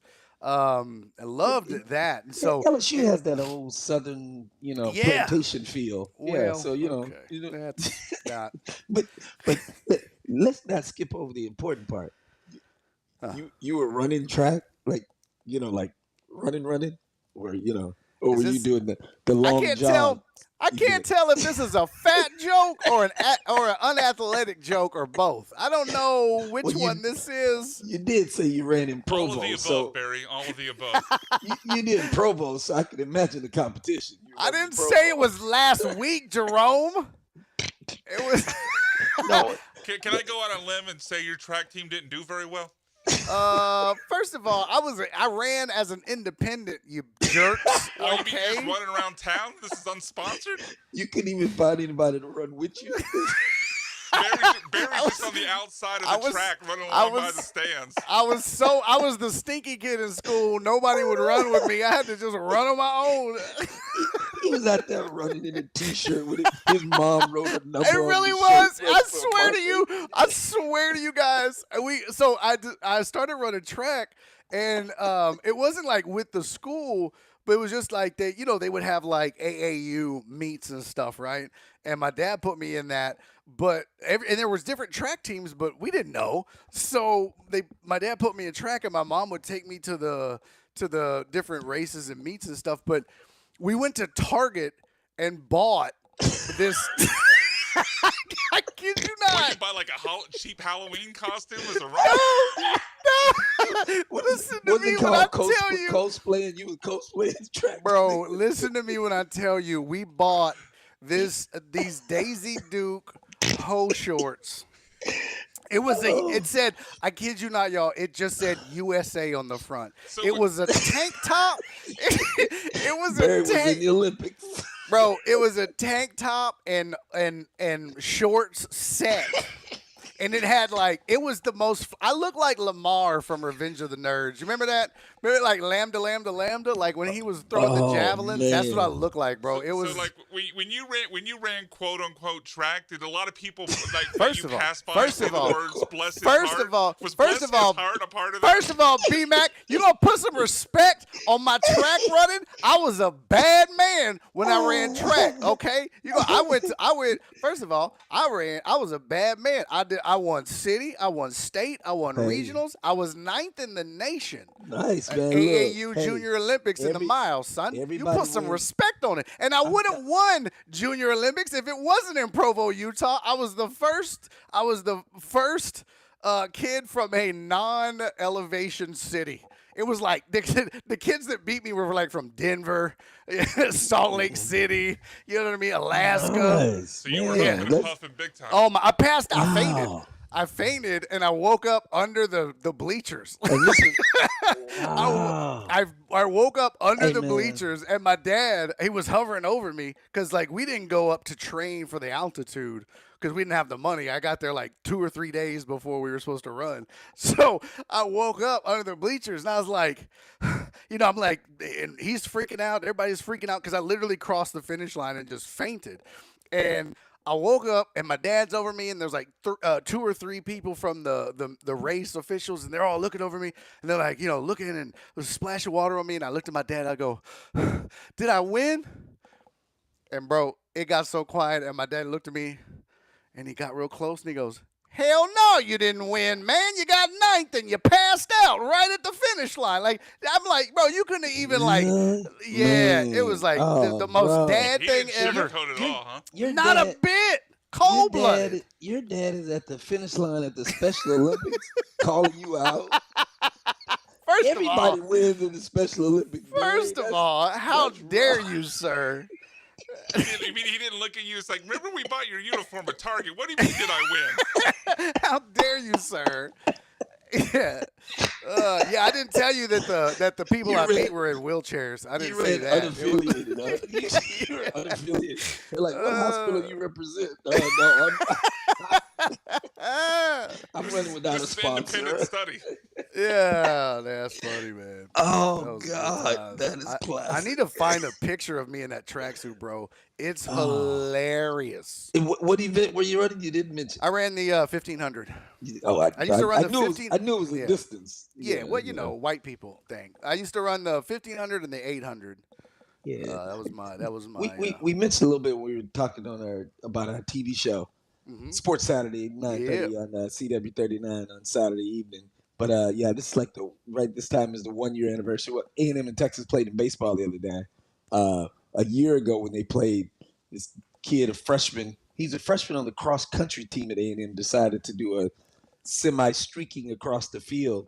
The funniest part of it to me was, when he ran out there and then he pulled his pants down a little bit around the infield and pulled him back up and ran.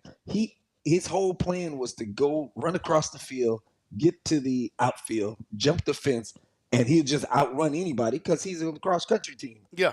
Well, he didn't even imagine that there would be a police officer waiting for him when he got to the fence with a taser already out. The video of him getting on the other side of the fence, I know he was just disheartened. He's like, because Britt Werneman wrote a story about him the other day, and he's like, man, no, I was gonna run all the way across town. I was gonna get away. It's like, no. I was gonna get all the way to Bryan. Like they weren't gonna catch me. Oh, that's so funny. Yeah. Well, he is an Aggie. They're not known for their, being the Did not know smartest we would fuck. start the show with Barry's track exploits. Well, now you know. Yeah, we learn something new about you every day. Can you call passing out in Utah an exploit? Oh, that's an exploit, Listen, all right. man. 9th in the nation, man. Put some respect on What it. nation? Hey, man, I'll tell you right we, now. we do not make fun of this kind of competition, all right? It's even if it's Barry,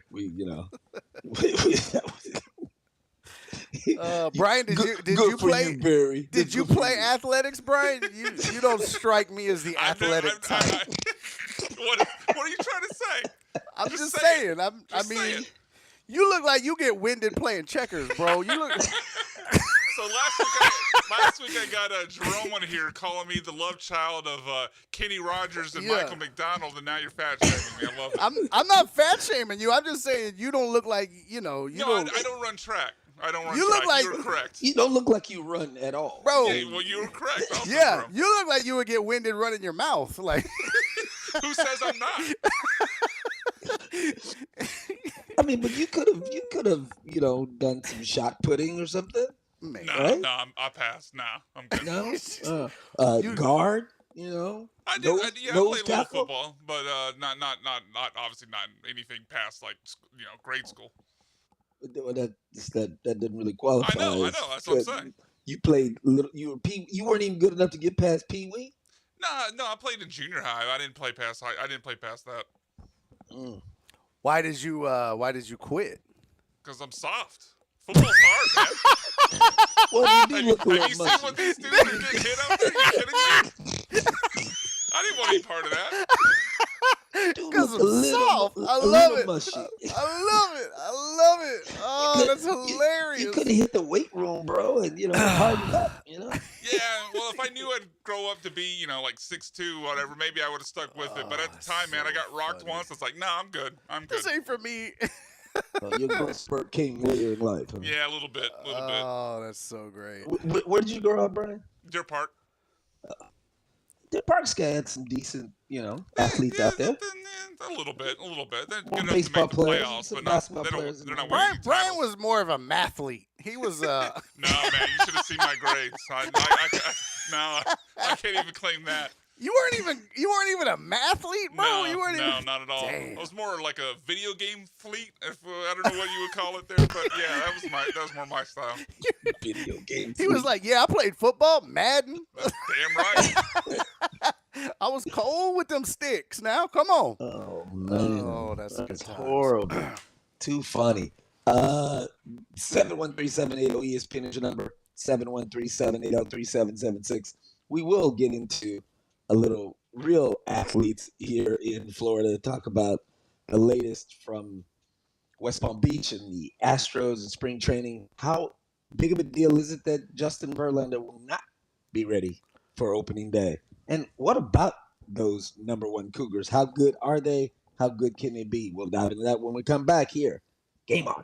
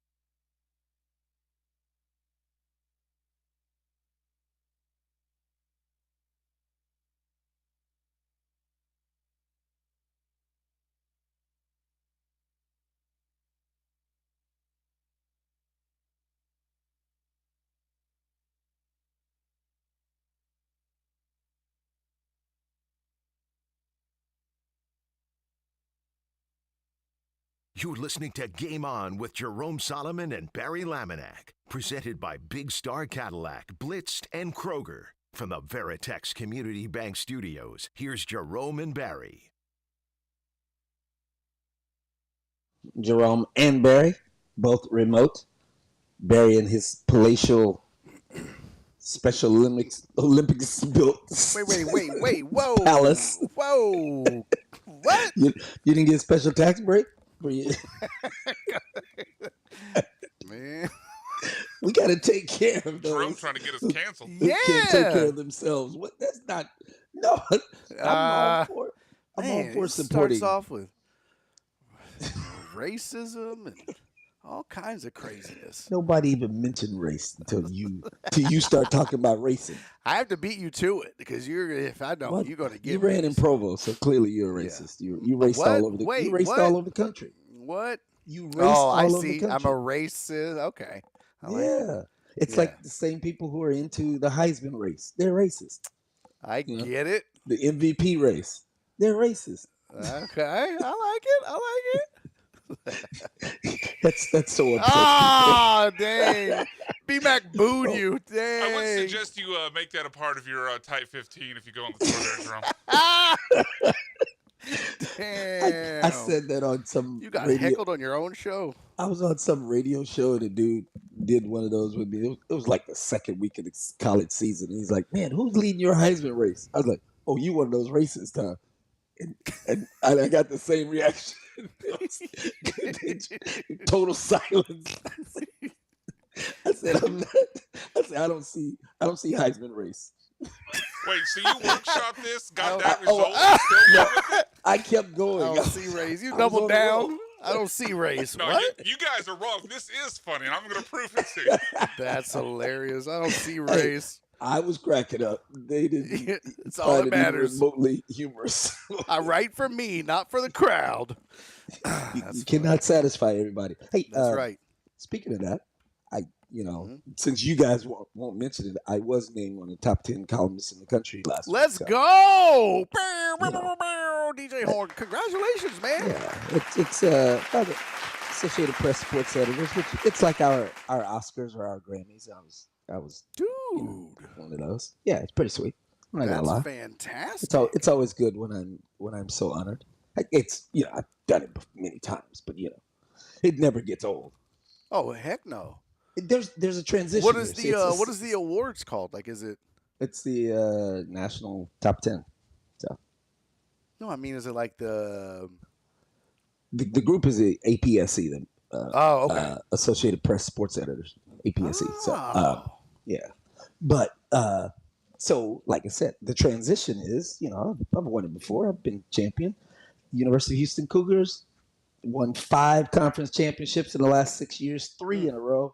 But the one they pulled off last night, or have done this season, they clinched a tie at least for the regular season title in the Big 12, is pretty huge. It's the toughest conference in the country. The first year for U of H in that league. I mean, it is extremely impressive to win that conference with what they came into the season with. And I was talking to Jamal Shedd after the game yesterday, and he does that standard, star player thing of nobody thought we could do it. I was like, well, let's not be ridiculous, Jamal. I mean, the coaches poll from the league, they picked you to finish second, so they kind of thought you could do it. Yeah. But it's still impressive because they lost a top 10 pick in the draft, and Sasser they lost from last year. He was the 24th or 25th pick or something. They lost like 4 starters from last year's team. So to come back and do this, it just tells you how good of a coach Kelvin Sampson is. Well, yeah, not to mention the injuries that they have had this year. They've lost 3 guys for the year. Yeah, and that's what it really is at the end of the day. It speaks volumes about what Kelvin Sampson has done with this team, with this program. And his philosophy is a different style and a different kind of basketball. And when and I'm being honest here, I don't watch college basketball. I don't get into it until March Madness. It's not my thing. It's never been my thing. But The other day, I put some scratch on the Iowa State game, just kind of out of fun from my show Barry on Deck. It was kind of an inside thing. We were all joking, so I threw some money on it. And I ended up watching the game, and during the course of that game, it was a different kind of college basketball, and they were talking about it on that broadcast, and they were saying how, look, these two teams are going to give a lot of other teams in the tournament fits because both of them are very similar and they both play a very different style of basketball than pretty much everybody else in the country. It's gritty, it's grimy, and it's an attention to detail that's very different than what other teams do because it's not like, it's not like crisp chest passes and all that. It's like nonstop hustle, get the ball. And some way, it's weird how it's this frenetic, nonstop action, but they don't foul a lot. You know what I mean? Yeah, they do. It's crazy. No. But like when I'm watching it, they force the officials to call every foul. But it's not a sloppy. But they weren't calling it in the game, and that's what they were commenting on. It was like that should have been a foul. That should have been a foul. Right. But it's because it's not a sloppy energy. It doesn't. They don't get called as much as they should. Oh yeah, now Kelvin Sampson is genius. Like one of the things he does. I mean, these college teams start working out in June, and so June, July, August, and even into September, because the official practices start in October. All of those workouts and all of those when they're practicing, quote unquote, playing together, they won't call fouls at UH. They don't start calling fouls until the season begins. So they want their guys to get used to being fouled and used to fouling because they're going to play a rough style of ball and they're going to play tough and hard. It's what makes them scary. Like you said, people saying other teams have to deal with it. But it also, if you're a U of H fan, it makes you scary about what can happen in the tournament because they can go cold. They were cold last night. They were missing shots left and right, couldn't buy a bucket, but they were playing great defense. They're the best defense in the country, but they can beat anybody in the country because they get in the tournament. When they play a good team, those good teams are not used to having long scoring droughts. U of H is not fazed by that because they do that every game. But when they play a bad team, when I say bad, I'm just talking about a team not as good as them, if that team gets hot and U of H is in a drought, you can get upset in a tournament that way.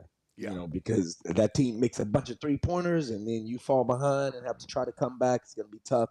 And Kelvin Sampson said it last night, and he was being facetious on some level, I know, but he was also being factual and facetious, which is an odd combination. But they're number one. That means they're the best team, but they deserve to be number one. Yeah. And college basketball, the best team doesn't always win the NCAA tournament. The Cougars do have a chance to do it, but they could lose at almost any point too. It's gonna be fascinating to see what happens. What would you say? And I don't know, you may hate doing this kind of stuff. What would you consider a disappointment for this team if they don't make a Final Four? Anything less than a Final Four would be a disappointment. Okay, mainly because we're talking about a team that has 3 losses and in the top 10 all season. They've been in the top 5 since early on. They've been number 1 here for the last few weeks, and they've earned that position. They've got the best resume in the country. It's almost equal to UConn and Purdue. Their resumes is very similar, but they're the conference champion in the toughest conference. On top of it, they have the same number of quad 1 wins and wins over top ranked teams, et cetera, et cetera. So yeah, if you're that team and you're going to be a number 1 seed in the tournament, anytime you're a number 1 seed, if you don't make the Final Four, it's disappointing, But like you said, they have 3 guys. They just lost one, JoJo, the other day. Tugler, out for the season. He had surgery yesterday, in fact. And they had 2 other guys they lost earlier. Arsenal in the year was a big season. loss. Yeah, they lost. Yeah, and so like Kelvin Sampson saying, of his top 10 players, they played with 6.5 because he said 6.5 because Jawan Roberts cut his hand with the webbing of his hand and had 7 stitches to patch that back together. And I mean, that hurts. Fortunately, it's on his right hand and he's left-handed, but he's playing in a lot of pain and it's going to be uncomfortable, and that's not going to heal anytime soon. You get sliced right there. So, but they're a tough team, man. They're mentally tough. They're getting better. They've been playing better the last couple of weeks than they were early on. And when they're hot, nobody can beat them. That's just automatic.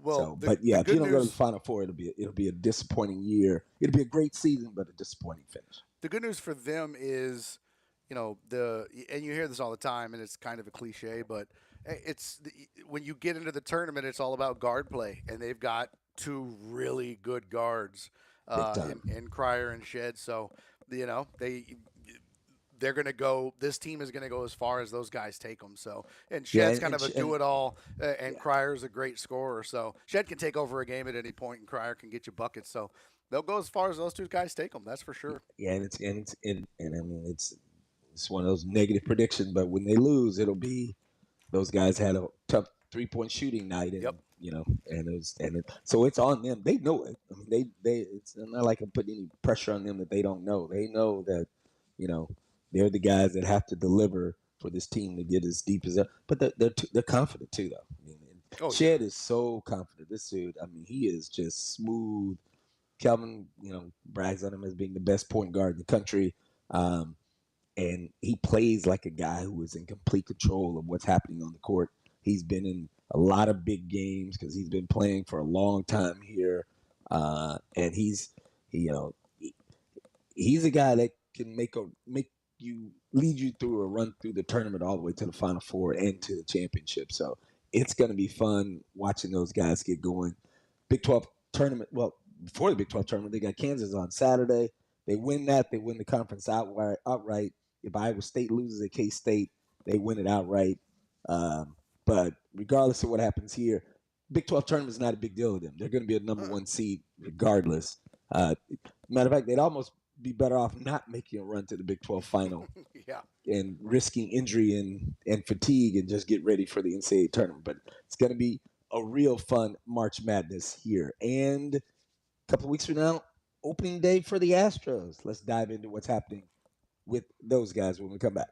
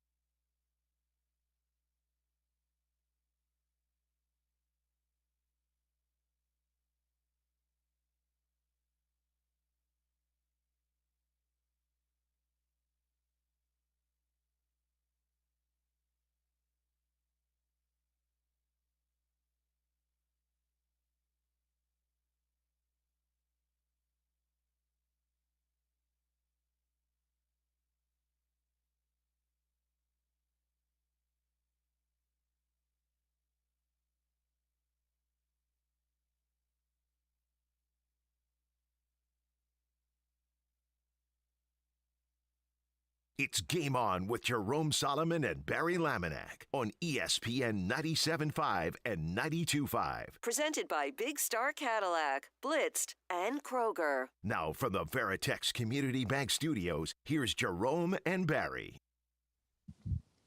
Welcome back in the Game On. Jerome here at West Palm Beach.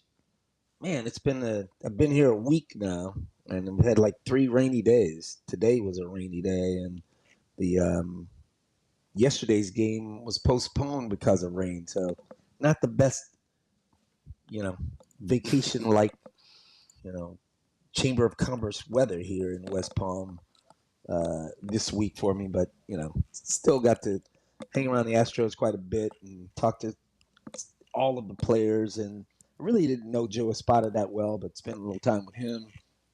He's a sharp dude. He came to the U of H game last night. He's never been a big basketball fan, but loves the way the Cougars play. So he wanted to go and check them out last night, and so he did that. And he's taken to this new role like they figured he would. I mean, he's been around the team for a long time. He's been overqualified as being a manager for years, and now he finally has his opportunity. I think people are going to like him once they get to hear from him quite a bit going out through the season. Yeah, interesting. First thing he did that I liked was he moved Yordan Alvarez up to the 2-hole, and I like this move. Now, last year, and heck, I'm still championing this year. I would have preferred to see Kyle Tucker leading off for this team, move Altuve to 2, and let Yordan hit 3rd. But I don't mind this because you want your best hitters getting the most ABs. So moving Yordan into the 2-hole makes a ton of sense. We've seen this on other teams. Aaron Judge hitting 2 for the Yankees. So this is not kind of a crazy move. A lot of people that maybe don't follow baseball too closely may just figure that a guy like Yordan is going to hit 4th, but that's not today. That's not baseball in 2024. So I like the move. Yeah. I mean, like the Tucker thing, I wouldn't be, like his on base percentage. I mean, he does steal some bases, but his on base percentage isn't all that great. And Altuve, I mean, if you got Altuve hitting 2nd, you're going to get a lot of, just if Tucker gets on, Altuve's going to swing the first pitch, so Tucker's not going to get a chance to steal a base anyway. So, I like Tucker Alvarez to George 3rd. Springer. I mean, but when it was Springer, Tucker's Altuve, no Bregman, George that Springer, was or Correa, that was, huh? Oh yeah, Tucker's I think no Tucker's George a lot Springer, closer though. to George Springer than you think. Well, I he's a lot ain't saying closer than you might think. he's You go back not and look closer. I'm saying but he's not him, though. statistically and what he's capable of. In fact, he has a lot more plate discipline than Springer had. So, but that was just me. But I do like this move. So it's because Dusty was a little more traditional in the way he did the lineup. He was a little bit more like in the lefty righty situation, which kind of paid off really because now you got to leave guys in the game to face 3 hitters or get 3 outs or end an inning or whatever. So sometimes that would pay off because you if they bring in a lefty and your whole lineup is lefty righty, that guy's going to have to face a right-handed batter at some point. So that kind of actually came back around to be an effective strategy again. But I do like that Joe Espada is bringing some different ways of thinking back to the organization. Dusty brought an old school mentality. He was still open to some of the new stuff, which was still cool because that's what this team, this current iteration of the Astros is built around. But yeah, it's cool to see Espada. I'm not sure. Like I said, on this team already. Sometimes the analytics I think plays with the numbers, and if you just fall in line with the numbers, you're gonna end up making a lot of mistakes and not necessarily producing wins from those said numbers. So, like, for instance, I don't have a problem with the numbers saying you want your best hitters to get more at bats, so you want Alvarez getting more at bats, and that's fine. But is he going to be coming up with runners on? Is he going to have as many RBI opportunities for one of your serious run driving in guys? And even he said it the first time he got to hit number 2 the other day. He was like, man, it was weird. I was just stretching, getting loose, yawning, getting my body going, and Altuve done swung at the first pitch, and I got to get in the box now. I wasn't even ready yet. So he has to adjust his whole mindset because it's a different game for him. So how does that affect him? And yeah, I mean, so it. But yeah, the bottom line is the more at bats he gets, the better it is for your team. That's just the way the world should work. But I kind of would have liked him to be at 3 as opposed to 2. But I don't really think it's going to matter over the course of time with as many at bats and as many games as being played. The only time it really factors in is the first inning, the first 3 at bats. He gets to automatically come to the plate in the first inning, whereas when he was at cleanup, he didn't get to do that all the time. So, otherwise, yeah, sometimes you wouldn't see him, and he would be leading off an inning, which feels like a wasted opportunity. And if he was hitting 4, so yeah, if somebody didn't get on base in that first inning, and you want Jordan coming to the plate with somebody on base, or just at least getting on base and setting the table for somebody like a Tucker or Bregman. So, yeah. But like I said, that's one of those things where the analytics tells you one thing based on thousands and thousands. Like, well, no, we just had 27 outs in this game. How does it affect tonight? Don't tell me about if we play this game 10,000 times, what will happen. No, I'm playing it right now. I need to figure out what to do here. One bit of good news, I think, in a twist, is Verlander will not be ready for opening day. At his age, and what he's trying to do, and how important he can be to this team as an ace at 40 years old, and he's not injured. It's just a time thing. They don't have enough time for him to ramp it up to be ready to go unless he rushed it. At 40 years old, he doesn't need to be rushing anything. He doesn't need to be rushing to the bathroom. He needs to do everything at a slow, steady pace. And you'd much rather have him at the end of the season than at the beginning. Oh yeah, for sure. And the big thing is, I mean, there's a big deal made about opening day, and I get it. It used to be a big deal, and it still is in a lot of ways because that signifies your ace, and that's all this and that. At the end of the day, and sure, game 1 counts. It's 1/162nd of your season, but that's it. Yeah. And I asked him about it because I knew but it matters to the players. 78 or 162. It does matter to the players. Yeah, it matters. It matters to him too. To him, it mattered. He was frustrated about it, but he also understood. But what matters even more is that he's healthy. That's what I care about the most. So that's exactly what he said. Yeah, and that's what I think at the end of the day, what most people care about is that is it better for him to miss and be healthy? Yes. Okay. Well, done deal. That's at the end of the day, great. And he gives them a chance to give some other guys opportunity to try to earn their way in. You can see what they're dealing with early on, and if they have to go back down or switch back to the bullpen and come back with something else the next time around. That's a good, you get some people a chance to get some experience that you don't want him to have to get it in the season because he's out with an injury.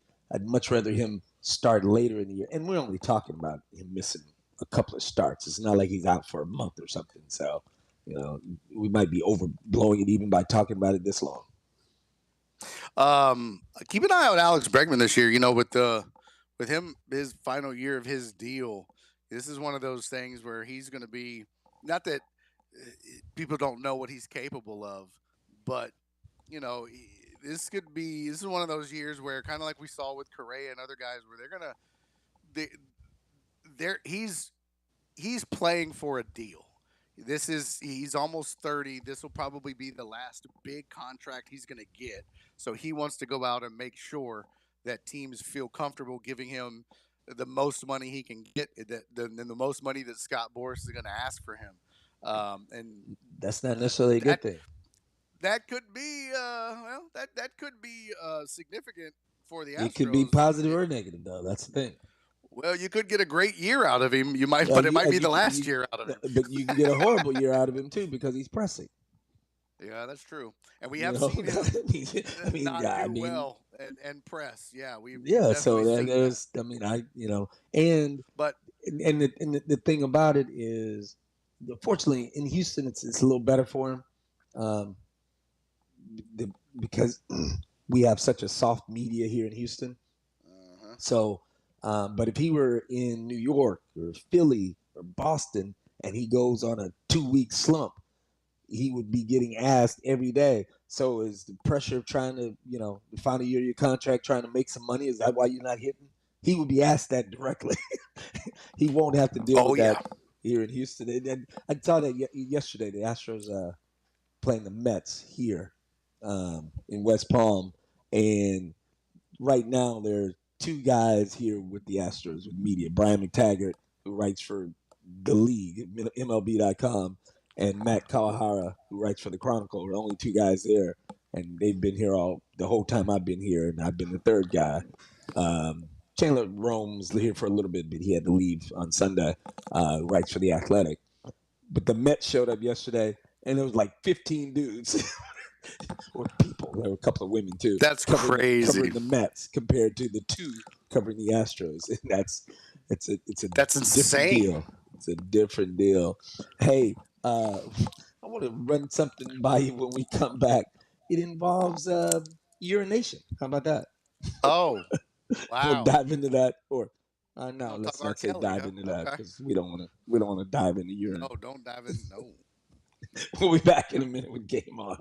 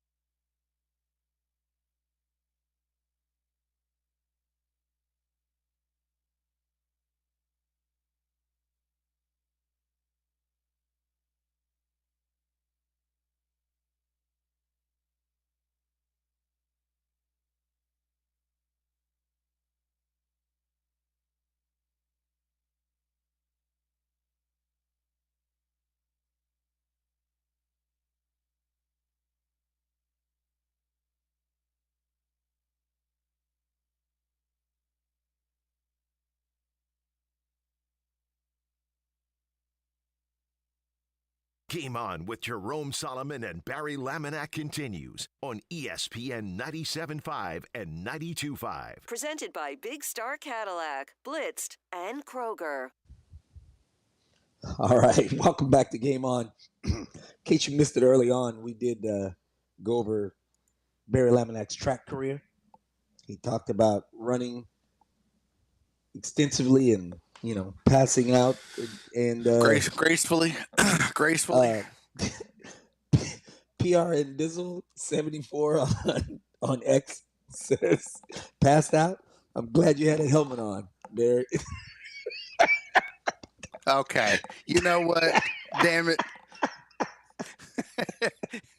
You know what? That's funny.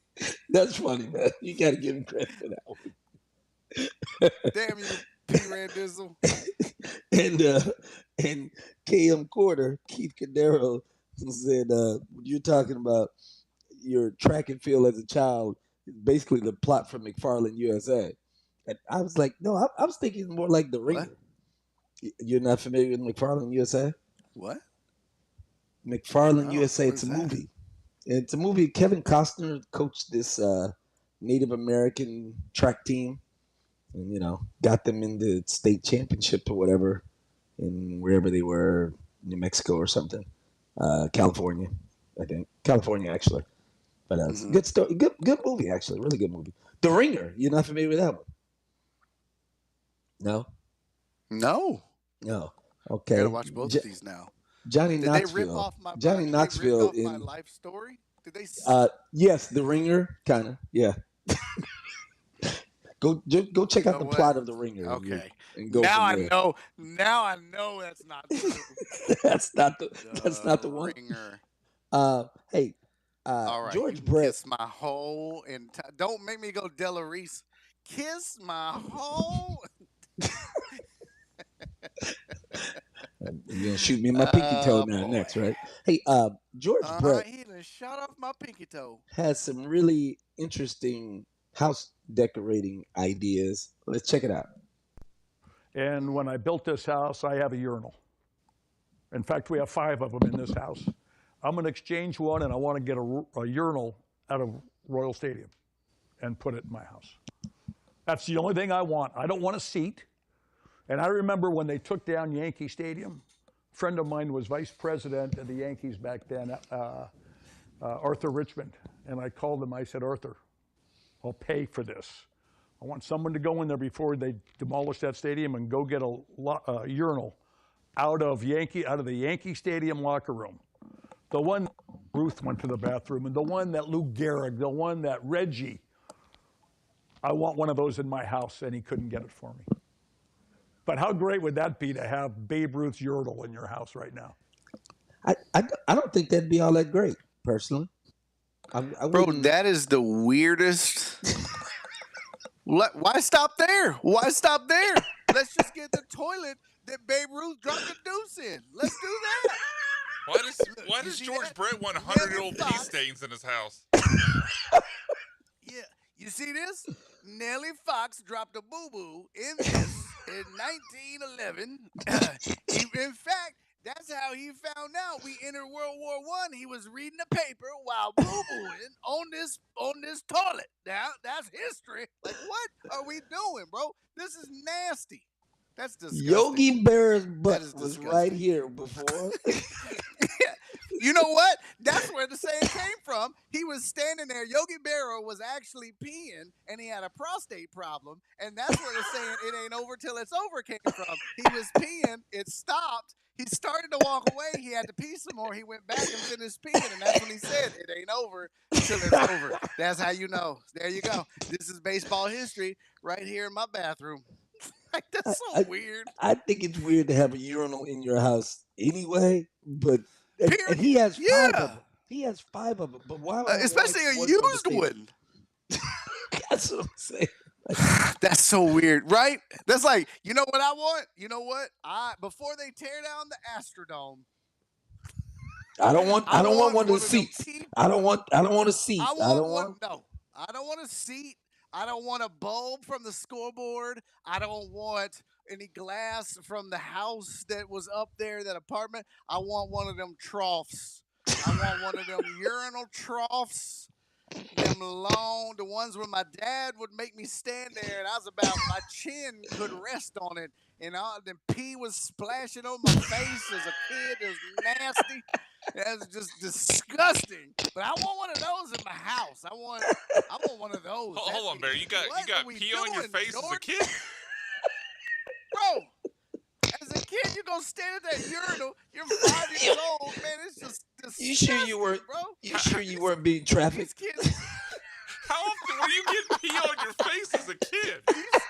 these kids today don't know what it's like. Man, they got it so easy now. They go to all these fancy stadiums. Everybody's got their own place to pee. No, fam. Back in the Barry day, walked uphill in the snow both ways, and he got pee on his face. back in the Was your day, daddy- bro, was you your just daddy stand there. named- People was your peeing. daddy named Robert That's what Kelly? Man, you got. Don't wear flip flops to the game. You're leaving there your feet soaking wet. Don't do that. It's just them old hard. Yeah, don't say that. metal George Brett's gonna try to get those troughs. flip flops if you keep talking like that. That's disgusting, dude. That was George Brett's gonna nasty. meet you and try to wipe your face. You know what one of my biggest fears is I go to a ballpark like that. Now, thank goodness now It I'm- wasn't I'm getting pee on your somewhat, face? Like, That would be my like I'm number one in fear. media now. Thank goodness I'm in media now, so I can sneak in somewhere. But when is the last like time back you in the did pee day on when I would Barry? go to those, if I was at a game and I had to boo boo, I'd be like, let's go. Like I'm not going in there. Them restrooms are the grossest, nastiest, and I know they do their best to try to clean them, but ugh, are you kidding me? It's nasty. I could never. Yeah, it's I'd not go to really. the You car. gotta be real desperate. You gotta be Well, that's real what I'm desperate. saying. Why would you want anything from those restrooms in your house? That's terrible. George Brett has a weird fetish. That's all that is. Wouldn't it be? sounds This fetish-like, man Gus, said 'cause this out he's loud. bragging about who's Wouldn't it be great to have the same urinal that? Okay, pause. No. I don't care who peed in it. No, it's pee. So you wouldn't take a urinal from the White House? No. What? No, man. Come on. The it's bathroom right pee. off the oval seat from the Oval Office. Don't care. That's so gross. I would not. No, there's no. You don't want to tell people that come over to your house this is the place where William Howard Taft's 350-pound butt sat down and dropped one. No, that's just the weirdest There's been only thing, one man. black man's ass on this seat. The And great Of all Barack the Obama. things,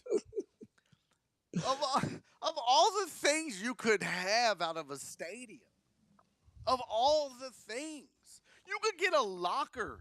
You could get a bench. Like, you could actually get a bench from the locker room and be like, yo, Babe Ruth sat here. Now, granted, he may have sat butt naked on that bench, and that might be just as gross, but at least that's not the urinal. Like, I don't Everything know, else in man. the stadium is cleaner than the urinal, no doubt. Right. That's so gross, man. Oh, that's weird. Yeah, when Get me when a I heard jar of that today, dirt. it kind of You know what stood I out. mean? Yeah, that's weird, dude. That's weird. They need to investigate George Brett. That's something off with that dude. That's So way now, off. That's weird. that's one thing. But back to you used to get peed on in the face, like splash. Okay, you know what? Y'all just take things and just blow it out of proportion. You know what? When you're a kid, How and can you're you standing cannot there, blow that out you're of proportion? short, bro. You're short.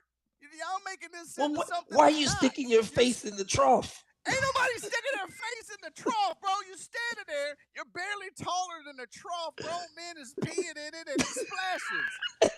Why are y'all making this something it's not? Y'all always do this. I mean, Y'all I've making heard this something that is not. I've heard of the splash zone for Shamu, Oh man, my but God. you're taking splash zone a whole different way. Oh my! No, y'all are taking it somewhere it's not, bro. I'm so sick of y'all. I hate this show so much. I can't even say anything. I can't even come on this show and just share an innocent little What is your note about my. What has your therapist said about this, Barry? You know what? I don't even talk about this in You therapy. getting R. Kelly to an Astros game isn't some innocent story. I didn't get R. Kelly at an Astros game, man. It's. I mean, It was happening to you, and you just didn't know it. You were too young to know. So we're what? trying to help you. We're trying to help you The through whole this time trauma. Barry's This getting trauma. peed on, it's like, man, this is the trough that Mickey Mantle might have gone to in a visiting game one day. First of all, Rusty Staub was here earlier. First of all, I heard. B-Mac, this is how little you know about sports. You think Mickey Mantle went and peed in the same trough that the ticket buyers are peeing in? Bro, Don't nitpick have the you joke. ever been Don't to a nitpick the game, joke. B-Mac? Bro, have you ever been to a stadium? Do you even know how buying a ticket versus playing on a team works? What are you talking Man, about? back in the 60s, they would leave the game to go get a hot dog. You might go pee You're not in the walking stands. up in the stands to Hold pee, on. bro. What are you doing?